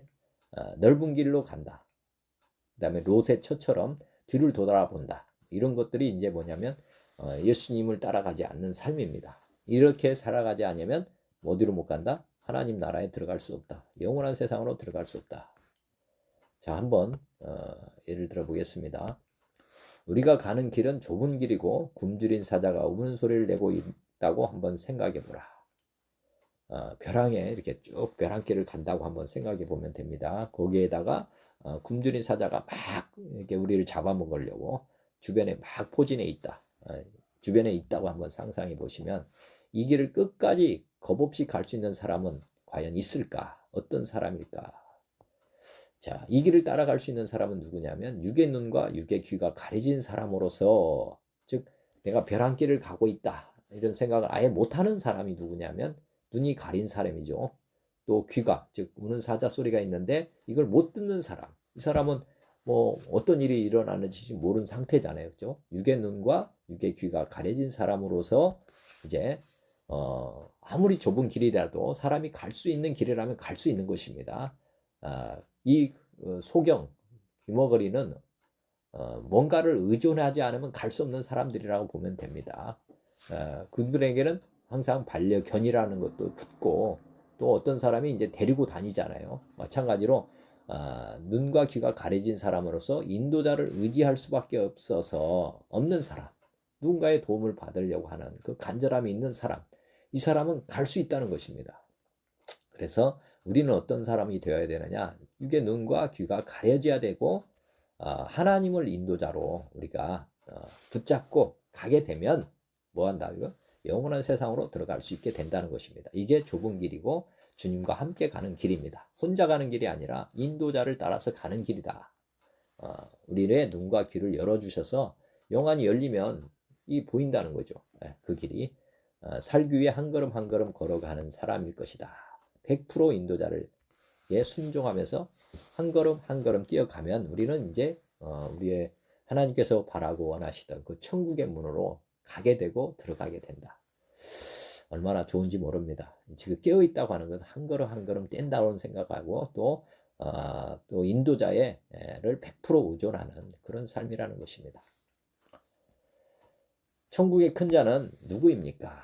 마태복음 18장에 보면 그때의 제자들이 예수께 나와 이르되 천국에서는 누가 크니까?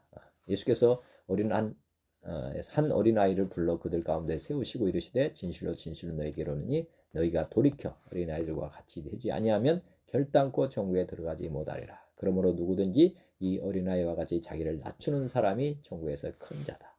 너희가 돌이켜야 된다. 세상 사람들은 어린아이가 되지 않으려고 하는 것입니다. 뒤에서 한번 더 보겠습니다. 천국에서 누가 큰 자냐?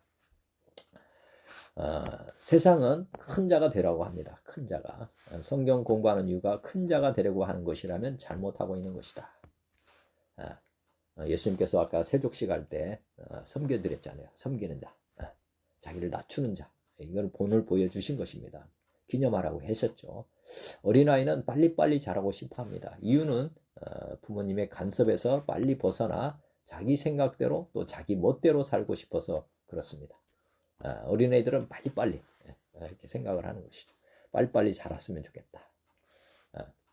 이유는 단지 한 가지입니다. 자기 생각대로 자기 멋대로 살고 싶어서 그런 것입니다. 이스라엘 백성들이 하나님을 왕으로 섬기지 않고 세상처럼 왕을 세워달라고 요구한 것과 같습니다. 이것은 영적 세계에서 보면 이게 사춘기라고 봅니다. 사춘기. 우리 어린 사람들도 사춘기를 겪지만 이스라엘 백성들이 이때 사춘기가 왔다는 것입니다. 그래서 세상처럼 왕을 세워달라. 왕을 세우면 얼마나 나쁜지 하나님께서 다 말씀하시죠. 왕의 제도의 폐단점. 너희들 자식들도 뺏기게 된다. 뭐 너희들은 그들을 위해서 뭐 재산을 내야 뭐 세금을 내야 된다. 뭐 그럼에도 너희들 그렇게 해도 되겠느냐? 그랬는데 그래도 좋습니다. 우리도 왕 주세요. 이렇게 해가지고 간 거 아닙니까? 탕자의 비유에서도 보면 아버지에게 유산을 물려달라고 먼저 돌아가시지도 않았는데 유산 달라고 해가지고 떠나가지고 뭐합니까? 호랑방탕했다. 자기 멋대로 썼다는 거죠. 그리고 나서 쫄딱 망한 것처럼 이스라엘 백성들도 왕 제도를 세워서 다윗과 같은 훌륭한 왕도 있지만 결국은 뭡니까? 쫄딱 망하고 말죠. 그래서 우리에게 다시 뭐가 합니까? 예수님이 오시잖아요. 우리의 왕 예수 그리스도 하나님이 오신 것입니다. 이 하나님이 왕이 된다는 것이 우리의 구원입니다. 자, 우리는 어린아이처럼 된다는 것은 뭐냐면 되어야 합니다. 왜냐하면 어린이처럼 되면 수종드는 천사가 오기 때문이다. 즉 이제 어린아이는 부모가 없으면 못 사는 것처럼 우리는 어린아이처럼 된다는 것은 우리가 하나님 아버지 없으면 못한다 이런 것이고, 이런 어린아이들이 이제 되면은 뭐합니까? 천사가 우리를 수종든다 하는 것입니다. 천사가 수종드는 사람.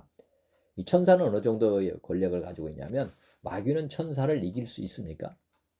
마지막에 마귀를 잡는 존재가 누구냐? 계시록에 보면 마귀를 잡는 존재는 천사가 와서 무적행으로 넣습니다.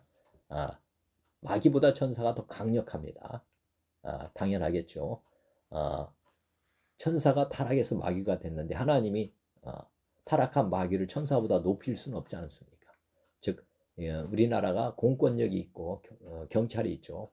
군인이 있고 그렇지만 어둠의 세력, 깡패들이 있는데 깡패가 경찰을 이길 수는 없잖아요. 그냥 허용하고 있을 뿐이지. 그와 마찬가지로 이제 우리에게 천사가 붙으면 마귀는 우리를 건들 수가 없는 존재가 되는 것이기 때문에 주님께서는 우리가 어린아이처럼 되라 이렇게 말씀하시는 것입니다. 마태복음 18장 10절에 삼가 이 작은 자 중에 하나도 없인 여기지 마라. 너희에게 말하노니 그들의 천사들이 하늘에서 하늘에 계신 내 아버지의 얼굴을 항상 보느니라. 이 작은 자 중, 뭐 어린애를 포함해서 노숙인 뭐 이런 사람, 구약 신약에 보면 거지 나사로, 그 사람이 사실은 굉장히 업신여김 받았죠. 그지만 나중에 보면 거지 나사로가 천국 가 있지 않습니까? 왜 그러느냐? 저도 한번 묵상해 봤는데 노숙인, 뭐 어린아이, 고아, 과부, 왜 이 사람들을 섬기라고 하느냐? 우리 이웃이 되기도 하고 우리 주님이 그러한 자 안에 있다는 것입니다. 지금 우리가 믿으면 하나님 우리 안에 들어오시는 것처럼 이 사람들은 예수님을 영접하지 않더라도 그 사람들 가운데 들어가 있다는 거예요. 그러니까 이분들은 하나님 나라에 가는 것입니다. 하나님이 계신 성전 아니었습니까? 우리가 볼 때는 초라한 집 같아요. 초가집 같은 그런 모습입니다. 근데 거기 안에 하나님이 계셨다고 하는 거고 우리가 그들을 섬긴다고 하는 것입니다. 하나님이 계시기 때문에 우리 보고 내가 저들 안에 있을 거야. 너희들은 이들을 섬기면 나를 섬기는 거야. 주님께서 이렇게 말씀하시는 것과 똑같습니다. 우리가 이웃을 섬긴다고 하는 것은 하나님을 섬기는 것이다. 이렇게 보라는 것이고 주님께서 이렇게 하나도 업신여기지 말아라. 이들 가운데 내가 있다. 이런 것이고 또 하나님이 계시면 반드시 뭐가 옵니까? 주의 천사가 오는 거죠. 주의 천사. 그러니까 이런 작은 자에게 주의 천사가 있는 거라. 강력한 천사가 있는 것입니다. 우리가 이 원리를 아셔야 된다는 거예요. 자, 우리가 어른처럼 되면은 천사가 떠나고 마귀가 우리에게 찾아온다. 마귀는 우리가 섬겨야 되는 것입니다. 천사는 믿는 자를 섬기는 사람이고 마귀는 불신자가 하나님을 마귀를 섬겨야 돼요. 그러니까 이게 엄청난 차이죠. 천사가 떠나버리고 마귀가 와서 우리를 지배하는 거예요. 마귀가 우리를 섬기는 게 아니고 마귀가 오는 순간 우리는 그 밑에 들어가는 것입니다. 그렇기 때문에 우리는 마귀의 종으로 살게 된다는 거예요. 우리가 하나님을 잘 믿으면 천사가 우리의 종이 되지만은 우리가 하나님을 잘 섬기지 않고 깨어있지 않으면 우리가 누구를 섬긴다? 마귀의 종으로 살게 된다는 거예요. 그러니까 엄청난 차이가 일어나는 거예요. 그래서 주님께서 어린아이처럼 돌이키라고 하신 것이다. 우리가 어린아이처럼 늘 섬기는 자, 그렇게 깨어있는 자로 살지 아니하면 안 된다 하는 것, 이것도 필수입니다. 그렇지 않으면 마귀에게 말망할 수밖에 없다. 자, 세상의 행동 방식, 마귀의 전략을 한번 보면 너는 하나님처럼 될 수 있다. 아까 이제 뇌파 신학에 나오는 얘기를 잠깐 드리겠습니다. 아까 이제 세상은 이렇게 파동 해렸죠, 이렇게 주파수죠, 주파수. 이 주파수가 이제 여기 보면은 기준이 있습니다. 이 아기네파라고 이게 우주 평균파라고 이분이 이제 정의를 했습니다. 그리고 이보다 높은 경우가 이제 알파파, 그보다 더 높은 파는 베타파, 이게 감마파다. 그리고 여기 이보다 우주 평균파가 내려가면 이 세타파, 델타파 이렇게 이제 정의를 하셨습니다. 중요한 것은 이제 여기 이제 이 평균파에서 이제 올라가느냐 내려가느냐에 따라서 이제 이 승패가 난다는 것입니다. 여기 보면 이제 뭐라고 돼 있어요? 살고자 하면 이렇게 이제 주파수 우리가 흥분하는 거죠. 기도 명상을 하고 일상생활, 흥분, 분노. 이게 이제 우리가 보면은 잠자는 상태보다는 우리가 뭐예요? 흥분하는 상태가 되는 거잖아요. 어린아이보다는 어른이 되면 이제 흥분하는 거죠. 좀 더. 기도 명상하도록 요 상태라는 것 항상 생각해 보셔야 됩니다. 기도 명상은 아기네포보다 올라가 있는 상태. 우리가 기도 명상은 깨어서 하는 거잖아요. 눈 뜨고, 이건 눈 감고 눈 뜨고 하는 것이다. 이게 일상입니다. 그 다음에 이제 기도 명상보다는 이제 일상생활에 나가서 전투하는 의지를 가지고 나가니까 오늘 또 승리하자 뭐 이렇게 나가면 이게 베타파 좀 더 흥분한다는 거고, 여기 일상생활 하다가 뭐 흥분, 분노 뭐 이렇게 하게 되면 감마파까지 우리 뇌가 막 이제 쉽게 말하면 흥분에 올라간다는 거죠. 그러면 이게 이제 살고자 하는 거거든요. 살고자 노력하면 어떻게 된다? 죽게 된다는 것입니다. 이렇게 위에 주파수를 이렇게 올려갔을 때는 반드시 뭐가 된다? 이렇게 내려가게 된다. 그러면 아까 흥분, 분노, 불안, 고민, 믿음, 미움, 일상생활이 무너지고 악한 계획만 세워지게 되고, 이게 이제 하나님의 인도하심이 떠나고 결국에는 뭐가 됩니까? 쉬지 못하고 악령에게 끌려간다. 이게 이제 이 원리입니다. 일반적으로는 제가 우리 믿는 사람들이 대부분 이렇게 기도 명상하고 일상생활 가서 근데 우리가 항상 회개하잖아요. 아, 잘못 살았다. 이러고 돌아오는 거예요. 우리가 일상적으로는 저도 이렇게 기도 명상하고 이런 식으로 이제 움직였는데 보니까 이게 죽게 되는 거더라고 결국에는. 자, 반대. 하나님을 믿는 방식은 어떻게 되느냐면, 자, 한번 십자가의 도라고 이렇게 썼지 않습니까? 십자가의 도. 고전도서 1장 18절 아들의 영광, 고전 2장 7절 보면, 자, 어떤 원리냐면, 이제 십자가의 도는 십자가의 도. 이게 항상 우주 평균파 이렇게 있었다고 그랬죠. 자, 말씀까지 보는 건 우리가 보면 말씀으로 회개한다, 몸으로 제사를 드린다. 뭐 이런 거는 지금 이제 여기 보면 말씀을 이제 명상은 똑같이 합니다. 명상을 하는데 이제 어느 쪽으로 가느냐 이게 행동이 뭐로 내려가요? 파스를 밑으로 내려가는 것입니다. 내가 할 수 있다가 아니라 할 수 없다. 그래가지고 이제 영으로 깨어 기도하는 것입니다. 신령한 젖을 사모하고 영으로 깨어 있고 죽음에 넘기운다. 나는 안 된다. 부인하는 거죠. 부인한다는 것이 다름이 아니라 이 주파수를 내리게 된다. 죽고자 하면 내 자아, 옛사람을 죽이려고 하는 거예요. 나는 할 수 없다. 그러면 이제 주파수가 이게 내려간다는 것이에요. 그러면 어떻게 된다면 이 죽은 자가 부활하는 것처럼 부활하는 거예요. 부활 이렇게. 내가 죽고자 하면 다시 살아나는 길가 된다는 거죠. 그래서 제가 말씀을 묵상하고 나서 적용을 하지 않습니다. 지금 적용을 한다는 건 내가 할 수 있다 생각하기 때문에 하는 것인데 내가 할 수 없구나 해서 저희가 지금은 적용을 하지 않고 어떻게 하느냐 영으로 깨어 기도하는 것입니다. 하나님 저는 할 수 없습니다. 저는 주님 저를 부인하고 주님만 따라갑니다. 주님만 바라봅니다. 그랬더니 주님께서 뭐 하시는 거예요? 지금 보면 부활의 능력으로 이렇게 우리를 다시 복귀시키는 것입니다. 그래서 은사를 받게 되고 천사 하나님과 동행 임재하게 되고 이제 몸으로 산자사를 드리면서 그러면 하나님 이 세상의 충만을 누리게 됩니다. 우리도 말씀에 순종하는 삶이 되는 거죠. 그리고 사랑과 기쁨이 충만한 삶으로 이렇게 이루어지는 거구나. 내가 죽으면 내 안에 주님이 주인되고 주인됨으로 말미암아서 이제 하나님 임재가 충만하게 나타나고 결국에는 사랑과 기쁨이 충만한 삶이 되는구나. 이게 얼마나 귀한 발견입니까? 정말 이거 한번 깊이 묵상해 보시면 좋겠습니다. 이게 뇌파 신학인데, 뇌파 신학이라기보다는 이분이 이제 깨닫고, 그래서 이게 보면은, 세타파보다는 델타파가 이제 죽음의 단계입니다. 이게 비몽사몽이고, 여기는 완전히 죽음에 넘겨지는 것.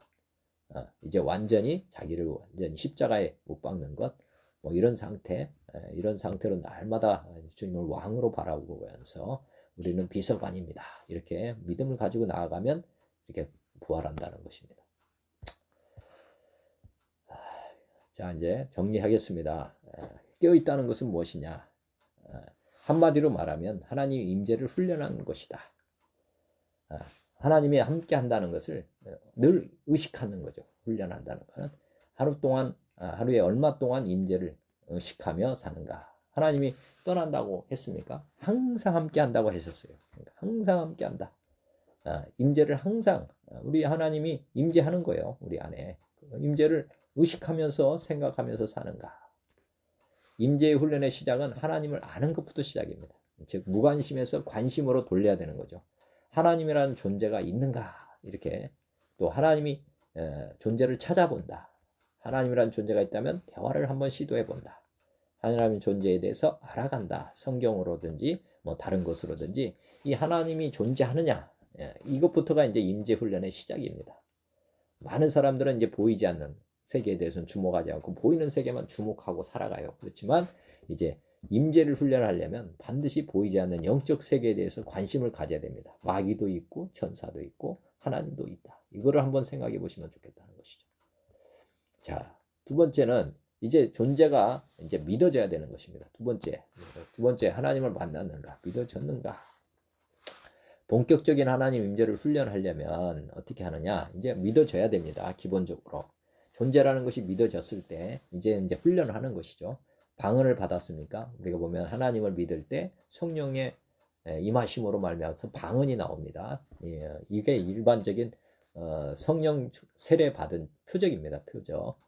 대부분은 사실 방언을 받습니다. 하나님 나라 언어이기 때문에. 그리고 우리에게 꼭 필요하기 때문에 방언을 주십니다. 그래서 방언을 받았다면 방언을 이제 기도하는 것이 임재 훈련 중에 하나입니다. 그리고 하나님, 예수님, 성령님과 인격적인 교대를 시작하는 것입니다. 인격적으로 우리가 부모님, 양부모를 만났다. 그 아가 양부모를 만났다. 그러면 이제 같이 살면서 이제 교제를 하는 거 아닙니까? 보고 듣고 뭐 이렇게 대화를 하는 거죠. 그 아가 새로 입양됐을 때 아침에 일어나면 당연히 아버지 안녕하세요 하는 것처럼 이제 우리 안에 계신 하나님을 바라보면서 하나님 안녕하세요, 예수님 안녕하세요, 성령님 안녕하세요 이렇게 인격적으로 이제 한번 해보시라는 것이고, 또 하나님, 예수님, 성령님을 주인으로 모시고 물어보면서 산다. 이제 나보다 더 능력 있고 또 탁월하신 분이 우리 안에 계시기 때문에 이제는 나 혼자 결정하고 나 혼자 판단하고 할 필요가 없다는 것입니다. 나보다 더 아까 바둑으로 보면 고수가 오신 거잖아요. 바둑을 예전에는 내 생각대로 놓았는데 이제는 그건 다 죽는 수예요. 그렇게 놓으면 이제는 살리는 수를 주시기 위해서 오셨기 때문에 이제는 물어보면서 두는 것입니다. 한 수 한 수 놓을 때마다 하나님 어디에 놓을까요? 이런 것처럼 이런 마음을 가지고 이제 모든 것을 물어보면서 해야 된다는 것입니다. 그래야만 시행착오를 안 걷고 죄를 짓지 않게 되는 것입니다. 마귀는 그런 틈을 노리는 것이거든요. 물어보지 않고 확 두게 하는 것입니다. 특별히 지금은 예수님보다 성령님이 우리의 보혜사, 즉 우리 안에 거하시는 분은 누구냐? 성령님이십니다. 예수님은 지금 하나님 보좌 우편에 우리의 처소를 예비하러 지금 가 계신 거고, 실제는 우리와 동거동락하는 분은 누구냐? 보혜사 성령님입니다. 성령님을 지금 내 안에 모셨다. 우리 집에 어른이 오셨다. 이렇게 보시면 됩니다. 그러면 성령님을 이제 인격적으로 대하며 살아가야 되는 것입니다. 실제로는 그렇습니다. 실제는 이제 성령님과 인격적인 관계를 맺어 가야 된다.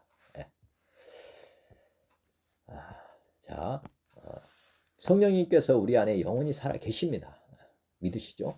자, 이제 나 혼자가 아니라 그분과 우리 일상을 함께하는 훈련을 해야 합니다. 이제 홀몸이 아니라는 거죠. 성령님이 우리 안에 오셨다, 거듭났다 이러면 반드시 이제 나는 혼자가 아닙니다. 성령님과 작은 일상생활부터 교통하는 삶을 사는 것이 필요합니다. 임재의 훈련은 경건한 삶, 즉 기도하고 말씀 보고 이런 거와만 관련된 것이 아니라 우리 작은 일상생활부터 다 이제 주님, 성령님과 함께하는 것입니다. 제가 이 진리를 깨달은 경우가 한 7, 8년 됩니다. 제가 직장에서 나와 주님이 이 일을 어떻게 하시지 하면서 궁금증을 가졌습니다. 그러면서 내 안에 예수님이 주인이라고 하면 오늘 나에게 주어지는 일이 내 일일까 주님의 일일까 이렇게 생각을 해본 겁니다. 우리 일상생활에서. 그렇게 보니까 내 일이 아니더라고요. 주인이 내가 아니라 주님이 주인이시고 일을 하시는 분도 내가 하는 게 아니라 주인이 하는 거더라고요. 그래서 그때부터 이제 이 세상 모든 주권이 주님께 있고 또 나에게 오는 이런 일도 내가 직접 하는 게 아니고 이제는 주님이 나를 통해서 하시는 일이다 하는 것을 알게 됐습니다. 그리고 나서 일상생활에서 무거운 짐을 내려놓게 됐습니다. 그때부터 제 인생이 완전히 이제 많이 바뀌게 된 것입니다. 그때부터 이제 내 능력으로 일을 하는 게 아니라 내 안에 계신 주님이 나를 통해서 하신다. 이 믿음을 계속 간직하고 있었는데 진짜 하나님의 지혜가 오고 또 하나님의 방법으로 이렇게 일들이 이루어지는 것을 지금도 경험하고 있습니다. 왜? 주님의 일이기 때문에 그렇습니다. 주님이 주인이기 때문에. 그걸 인정하는 사람에게는 그렇게 되더라고요. 그래서 돕는 사람이 오고 제 지혜가 아니라 하나님이 주신 지혜로 문제를 풀어가고 뭐 이러니까 제가 지금의 위치에도 있는 것 같습니다. 여하튼 이 보면 일상생활 눈 뜰 때, 식사할 때, 화장실 갈 때, 집에서나 나갈 때, 버스나 지하철을 탈 때, 일을 할 때, 여가 생활할 때 등등 항상 우리와 함께 하신다. 이걸 의식적으로 우리 옆자리에 주님을 모신 것처럼 생각하고 주님께 먼저 묻고 행동해야 한다. 우리는 대통령이 아니라 비서관이다. 이걸 잊어버리면 안 됩니다. 내가 대통령이라 하는 순간 모든 짐을 내가 지는 것이고요. 나는 이제 비서관이다. 지금 대통령이 있고 비서관이 있습니다. 비서관은 자기 생활이 없는 사람입니다. 진짜 그게 진짜 비서관입니다. 예전에 박근혜 대통령 뭐 할 때 미국 수행했던 비서관 중에 뭐 욕먹인 사람이 있잖아요. 그럼 비서관이 아닌 것입니다. 이 비서관은 말 그대로 대통령의 어떤 그림자와 같은 것이에요. 자기 인생이 있으면 안 되는 것입니다. 우리는 지금 왕으로 오신 보혜사 성령님을 왕으로 모시고 살아야 되는 비서관일 뿐입니다. 우리는 그랬던 것도 아닙니다. 그 생각을 잊어버리면 안 된다. 이게 깨어있는 것입니다. 성령님께서 가장 중요하게 여기시는 것은 무엇이냐? 지금은 성령님, 우리 안에 계신 성령님, 우리에게 지금 뭔가를 보기 원하십니다. 즉, 우리 하나님은 우리의 중심을 항상 보신다는 걸 잊어버리면 안 됩니다. 얼마나 주님 앞에 겸손한가를 보기 원하신다. 얼마나 주님을 의지하는가를 보기 원하신다. 얼마나 주님의 능력이 많이 나타나기를 원하는가 보다는 얼마나 주님과 깊이 친밀해지기를 원하는지를 알기 원하신다. 우리가 여기서 잘 보면 능력이 많이 나타나기 위해서 우리가 깨어있는 게 아니라 진짜는 주님과 깊이 친밀해지기를 원하는지. 아까 비서관과 대통령 관계를 한번 생각해 봅니다. 비서관이 막 능력이 하나님의 능력 보는 것을 원하는 게 아니라 비서관은 대통령하고 친밀해야 된다는 거예요. 기본적으로. 그러니까 우리가 주님과 깊이 친밀하기를 원하는지를 보기 원하신다는 거예요. 그 다음에 얼마나 깊은 교제를 나누기 원하는지 나의 마음을 보기 원한다는 거예요. 깊은 교제, 친밀. 얼마나 의지하냐, 겸손하냐. 이거를 주님께서 중요하게 여기신다는 것입니다. 자, 깨어있는 실전 훈련을 어떻게 하는가? 깨어있는 훈련을 할 때는 성령님을 의식하는, 생각하는 삶을 살아라. 항상 주님이 나와 함께 하시기 때문에 우리는 무관심하면 안 됩니다. 하나님과 늘 함께 있다는 의식을 해야 되고 생각을 하면서 살아야 됩니다. 그러면 어느 순간 이게 뭐가 됩니까? 하나님과 내가 하나가 돼요. 하나. 의식하게 되면 이게 뭐가 돼요? 무의식이 됩니다. 무의식. 당연히 이제 나는 주님과 동일체되는 그런 생각이 옵니다. 이렇게 생각을 계속 하다 보면 의식하는 삶을 계속 살다 보면 이게 초보 임재라고 보면 이게 이제 뭐냐면 이제 전문가가 되면 하나님과 내가 하나 되는 이것이 이제 무의식적으로 인식이 되고 무의식적으로 의식에서 무의식 단계로 넘어갑니다. 초보 운전에서 이게 초보 딱지기를 떼려면 6개월 정도 운전하면 되잖아요. 그러면 몸이 자동적으로 반사 행동을 하는 것처럼 우리가 성령님을 의식하는 이런 삶을 살게 되면은 어느 순간 무의식 단계로 넘어가게 됩니다. 그러기 위해서는 구체적으로 물어봐라. 아까 뭐라고 했습니까? 구체적으로. 아까 일상생활에서 내가 이제 판단하고 행동해야 되잖아요. 그러면 이제 구체적으로 이걸 어떻게 합니까? 이렇게 구체적으로 물어보라는 거예요, 항상. 왜냐하면 처음에 어린아이가 뭐 할 때마다 엄마한테 물어보듯이 이런 물어보는 이런 삶이 이제 돼야 되고 구체적으로 물어봐야 된다는 거예요. 밥을 먹을 때도 뭐 지하철을 탈 때, 뭐 버스를 탈 때 어디를 갈까 뭐 이런 거 다 이제 물어보는 삶을 이제 하나님을 주인으로 모셨다면 당연한 겁니다. 종이 마음대로 할 수 없잖아요. 주인이 하라는 대로 하는 것이 우리가 해야 되고, 그러니까 비서관이라면 대통령께 물어봐야 되잖아요. 자기 멋대로 하면 안 되는 것처럼. 우리가 이거를 이제 습관을 들여야 된다는 거죠. 그 다음에 불편을 감수하라. 자기 뜻대로 하는 것보다는 훨씬 불편하잖아요. 시간도 들여야 되고. 그렇지만 이 불편을 감수하라는 거죠. 주인을 바꾸는 데는 불편이 따르게 되어 있습니다. 내가 왕 되는 거, 내 멋대로. 이건 얼마나 좋습니까? 그렇지만 이제는 내가 왕이 아니기 때문에 좀 불편해한 것입니다. 처음에. 그렇지만 뭐가 오는 거예요? 평안이 오는 거죠. 평안이. 제가 일할 때 제가 막 할 수도 있지만 이제는 주님의 일이라고 하면서 주님을 바라봅니다. 그런데 더 빨라요. 일이 더 빨라집니다. 진짜로. 더 효과적이고 효율적이고 편안하고. 이게 이제 처음에 불편이 있을 수 있습니다. 그렇지만 훨씬 더 좋은 일이라는 거 생각해 보시면 됩니다.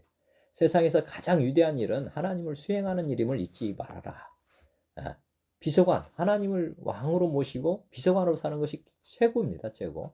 지금 뭐 대통령 밑에 많은 사람들이 있지만 최고의 사람 누구예요?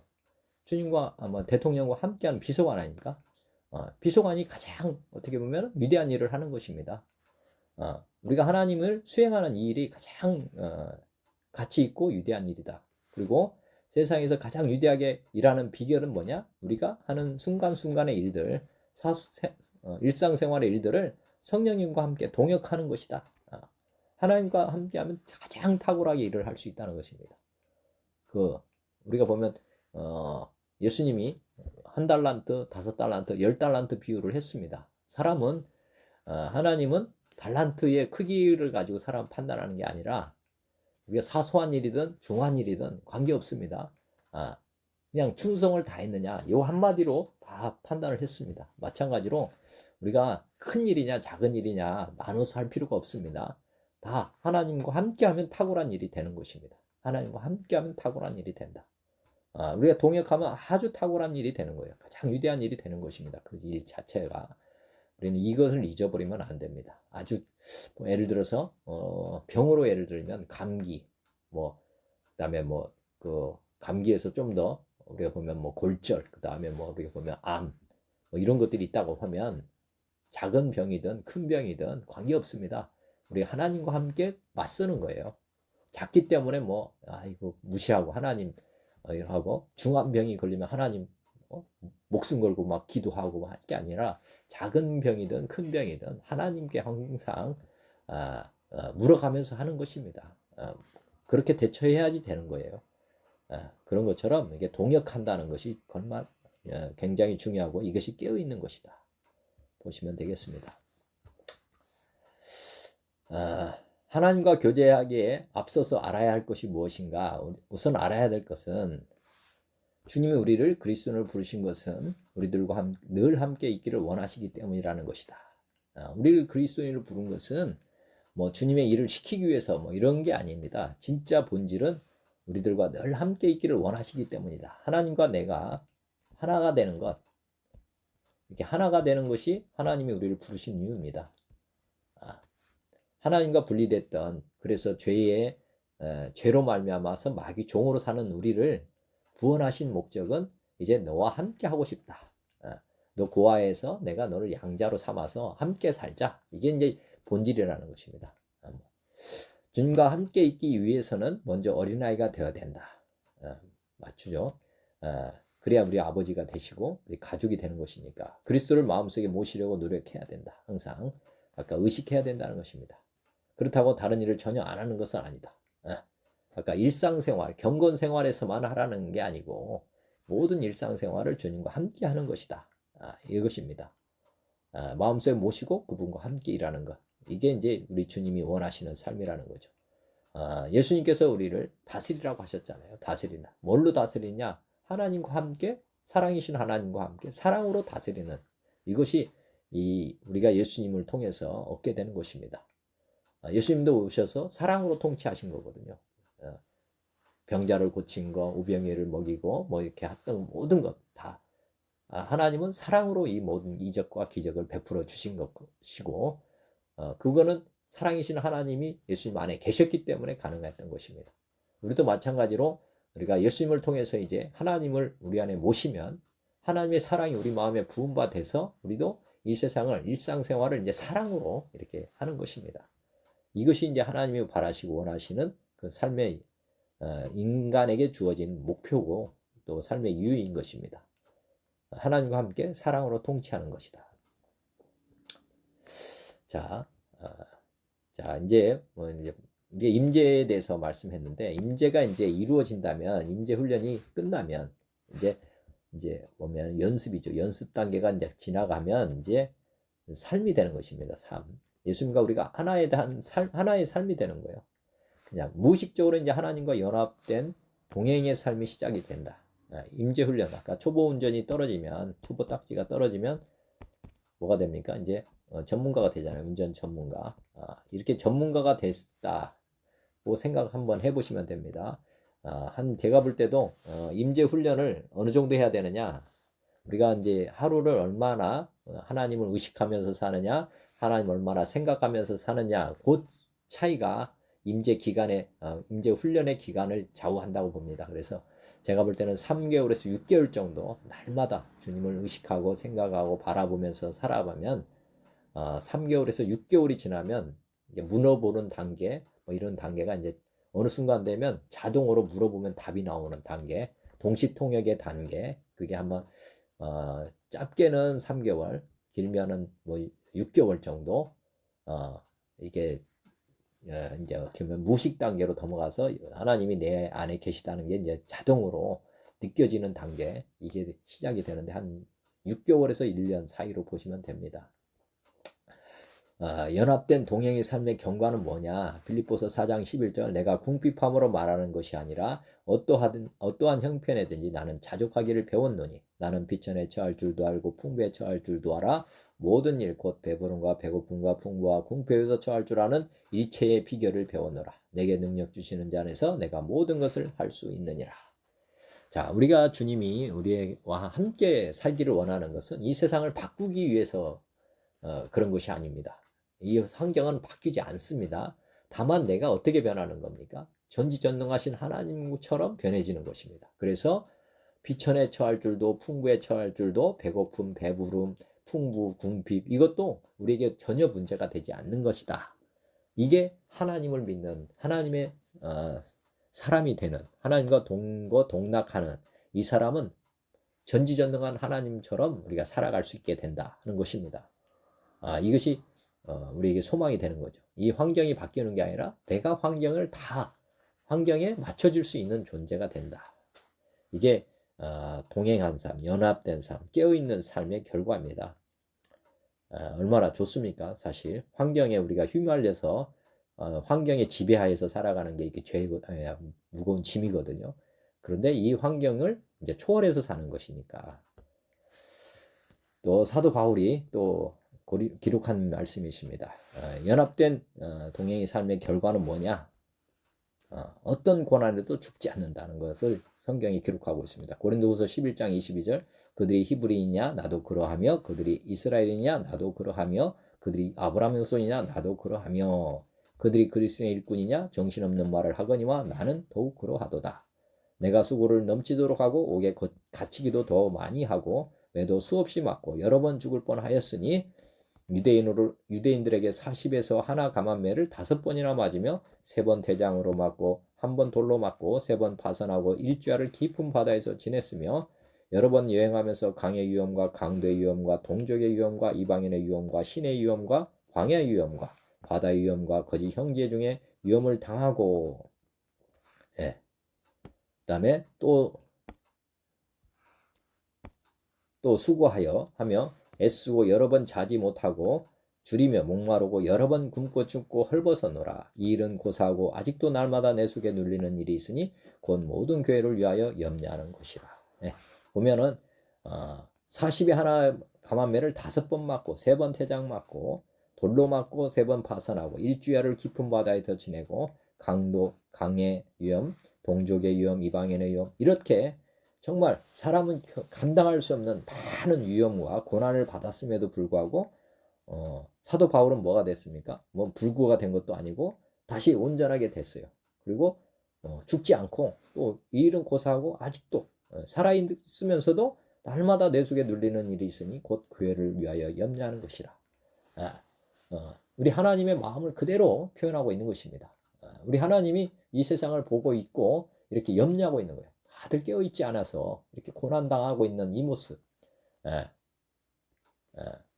깨어있지 않아서 마귀에게 당하는 이런 것을 보면서 염려하고 있다. 하나님께서 보시면 됩니다. 그렇지만 하나님과 함께 연합돼서 깨어있는 사람은 어떠한 고난이 와도 죽지 않는다. 그리고 그것을 그때 고난으로 다시 온 상태로 하나님께서 다시 회복시켜 주시고 또 다시 원 상태로 회복시켜 주셔서 이 일을 계속하게 하신다. 이런 강도의 위험, 이런 위험을 당한 이유는 뭡니까? 복음 전파하고 양육하고 고치고 하는 이 하나님의 일을 하는 과정에서 나온 거 아닙니까? 자기의 개인의 영달을 위해서 이런 고난을 당했다는 게 아니고 예수님처럼 그 길을 갔다고 하는 것이고 십자가의 도를 갔다고 하는 것입니다. 그래서 이렇게 하나님과 함께 이 놀라운 일들을 했고 이런 위험도 다 이겨냈다. 하나님과 함께라면 못할 것이 없다. 이것을 지금 기록해 주신 것입니다. 우리가 깨어있고 주님과 함께 동역하면 불가능은 없다 하는 것입니다. 자, 잠들지 않으신 하나님을 항상 의식하고 바라보며, 우리는 잠들지만 잠들지 않는 하나님을 항상 의식하고 바라보며 내면에서 들리는 소리에 경청하는 자세로 하나님을 경외하며 범사에 인정하고 일상을 사는 것, 이것이 깨어있는 것입니다. 또 일상생활에서 항상 우리 안에 계신 하나님과 함께 예수님의 삼중사역을 따라 행하는 삶, 아까 사도 바울이 복음 전파하고 가르치고 마귀 사단 대적하고 이런 것들을 죽을 때까지 한 것입니다. 그 염려했다는 것은 이 일을 하고 있었다는 거야. 염려 없으면 이런 일을 하겠습니까? 이렇게 예수님의 삼중사역을 따라 행하는 삶을 사는 것, 이것이 깨어있는 것입니다. 이렇게 깨어있는 삶을 살게 된다면 우리의 영과 혼과 육은 온전히 보존된 결과를 얻게 된다. 아까 사도 바울이 그렇게 고난을 겪었지만 다시 온전하게 보존됐습니다. 보존됐기 때문에 또 다른 고난을 겪게 되는 거죠. 하나님께서는 이 일을 이렇게 삼중사역을 계속하면 하나님은 마칠 때까지 그 사도 바울에게 주셨던 그 사명이 완수될 때까지 온전히 보존해 준다 하는 것을 이해하시면 되겠습니다. 자, 성령님께서 우리 안에 계십니다. 그분과 일상을 함께하는 훈련을 꼭 하시면 좋겠고, 성령님과 교통하는 삶을 사는 것이 임재의 훈련이다. 임재의 훈련, 이게 깨어있는 것이다. 그리고 이제 조영기 목사님 이게 심호하실 때 하신 말씀이라고 그래요. 사랑하는 하나님 아버지, 예수님의 이름으로 저는 성령님을 보내주신 것을 감사드립니다. 나의 당회장이시며 선배 동역자이신 성령님 함께 갑시다. 원래 지금 여의도 순복음교회 당회장이 자신이었는데 여기는 누구 당회장이에요? 나의 당회장. 이 나의 당회장, 조영기 목사님의 당회장은 누구라는 거예요? 하나님이시라. 하나님. 그리고 선배 동역자, 함께 일하시는 분은 성령입니다. 동역자일 뿐만 아니라 그분이 주인이십니다. 주인. 그래서 항상 이 마음을 가지고 했기 때문에 여의도 순복음교회가 저렇게 크게 성장한 것입니다. 성령님을 인정합니다. 성령님 환영합니다. 성령님 모셔드립니다. 어서 오셔서 바람같이 불같이 생수같이 역사하여 주옵소서. 성령님 함께 가시죠. 이분이 항상 이렇게 인정하고 고백했다고 합니다. 그러니까 예배 가운데서 성령의 놀라운 역사가 나타났던 것이죠.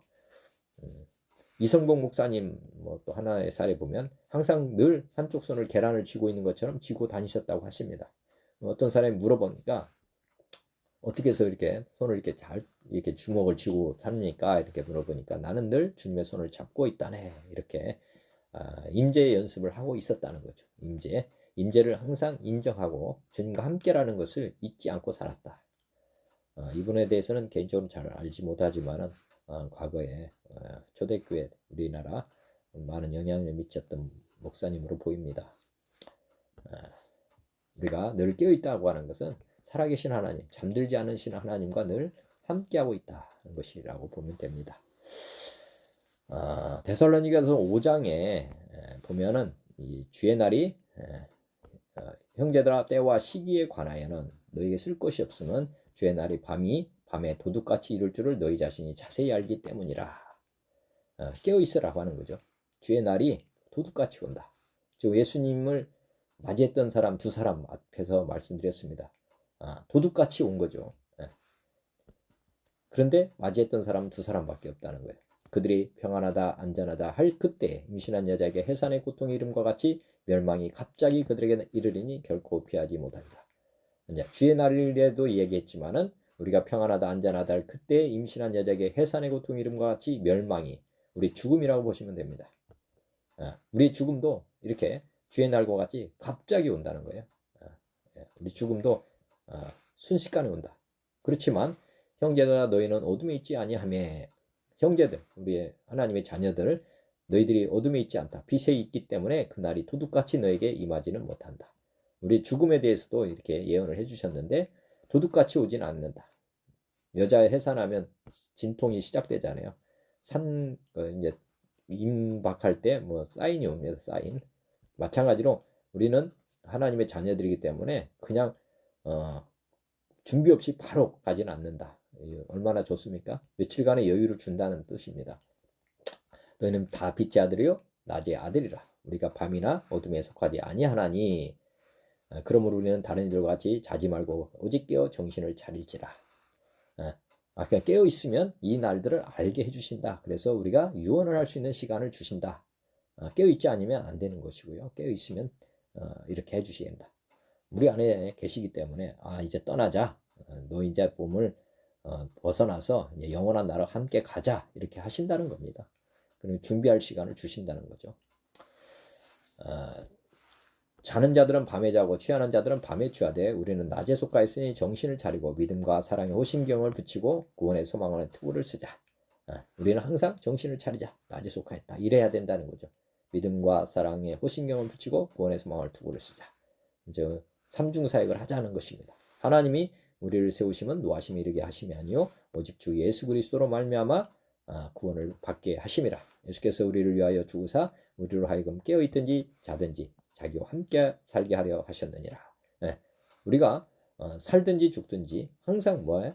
주님과 함께 살게 하려고 우리를 부르셨다. 말씀하고 있고요.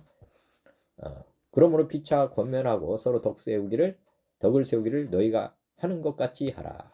형제들아 우리가 너희에게 구하노니 너희 가운데서 수고하고 주 안에서 너희를 다스리며 권하는 자들을 너희가 알고 그들의 역사로 말미암아 사랑 안에서 가장 귀히 여기며 너희끼리 화목하라. 또 형제들아 너희를 권면하노니 게으른 자들을 권계하며 마음이 약한 자들을 격려하고 힘이 없는 자들을 붙들어주며 모든 사람에게 오래 참으라. 우리 하나님을 믿으면 어떤 환경에서도 우리가 뭐한다?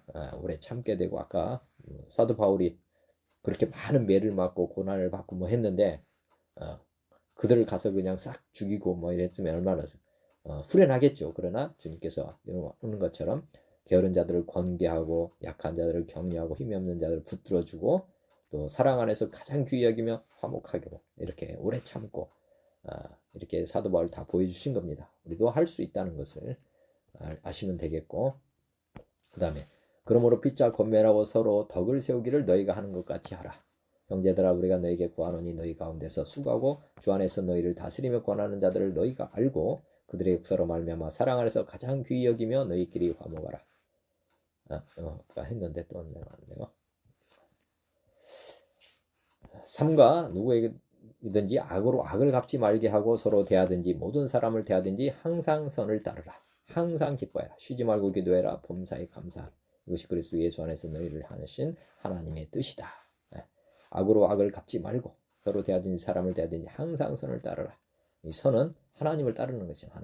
하나님을 따라가는 것. 그리고 우리는 이제 하나님이 주인이시기 때문에 항상 쉬지 말고 범사에 주님과 인격적으로 대화하면서 동역하는 것, 동역. 이게 하나님의 뜻이라는 것입니다. 항상 쉬지 말고 범사에 다 주님과 함께 동역하는 것. 이것이 하나님의 뜻이다. 이렇게 말씀하고 있습니다. 성령을 소멸하지 말며 예언을 멸시하지 말고 범사하려 좋은 것을 취하고 악은 어떤 면에도 버리라. 이게 깨어있는 것입니다. 성령을 항상 의식하고 주님이 주시는 말씀을 항상 마음에 받아들이고 모든 일에 좋은 것을 취하고 아까 선택이라고 했잖아요. 마귀를 택하냐 세상을 택하냐 하나님을 택하냐 이거 좋은 것을 택하고 악은 어떤 모양이라도 버리라. 마귀에 대해서 주는 모든 것은 버려라. 평강의 하나님이 친히 너희를 온전히 거룩하게 하시고 너희의 온 영과 혼과 몸이 우리 주 예수 그리스도께서 강림하실 때 흠없게 보존되시기를 원한다. 우리 주님께서 우리와 동행하시고 연합돼서 함께 하시는 것은 우리를 온전히 거룩하게 하고 우리의 영과 혼과 몸이 우리 주 예수 그리스도께서 강림하실 때 흠없게 보존되기를 원한다. 너희를 부르시는 이는 미쁘시니 그가 또한 이루시리라. 우리 안에 계신 주님께서 우리와 함께 하시고 동역하시면 우리의 영과 혼과 몸은 자동적으로 흠이 없게 된다. 이것을 누가 이루신다? 하나님께서 이루어 가신다는 것입니다. 우리의 주가 되시면 우리는 이렇게 보존이 되는 것이고 깨어 있으면 이렇게 되는 것이고 깨어 있지 않으면 마귀의 집이 돼버린다는 것입니다. 데살로니가 5장은 한번 깊이 묵상해 보시면 좋겠습니다. 네, 이상으로 모든 준비된 교재를 마치도록 하겠습니다. 기도드리시겠습니다. 하나님 아버지 고맙습니다. 오늘 깨어있으라 하는 주제로 함께 은혜를 나누었습니다. 부족한 부분은 주님께서 이 시간 각 사람 마음에 부어주시고 깨닫게 해 주시옵소서. 저도 더 온전한 깨달음을 깨어있음을 실현할 수 있도록 도우님 도와주시옵소서. 모든 것을 감사드렸고 예수님의 이름으로 기도드렸사옵나이다. 아멘. 감사합니다. 고맙습니다. 수고하셨습니다.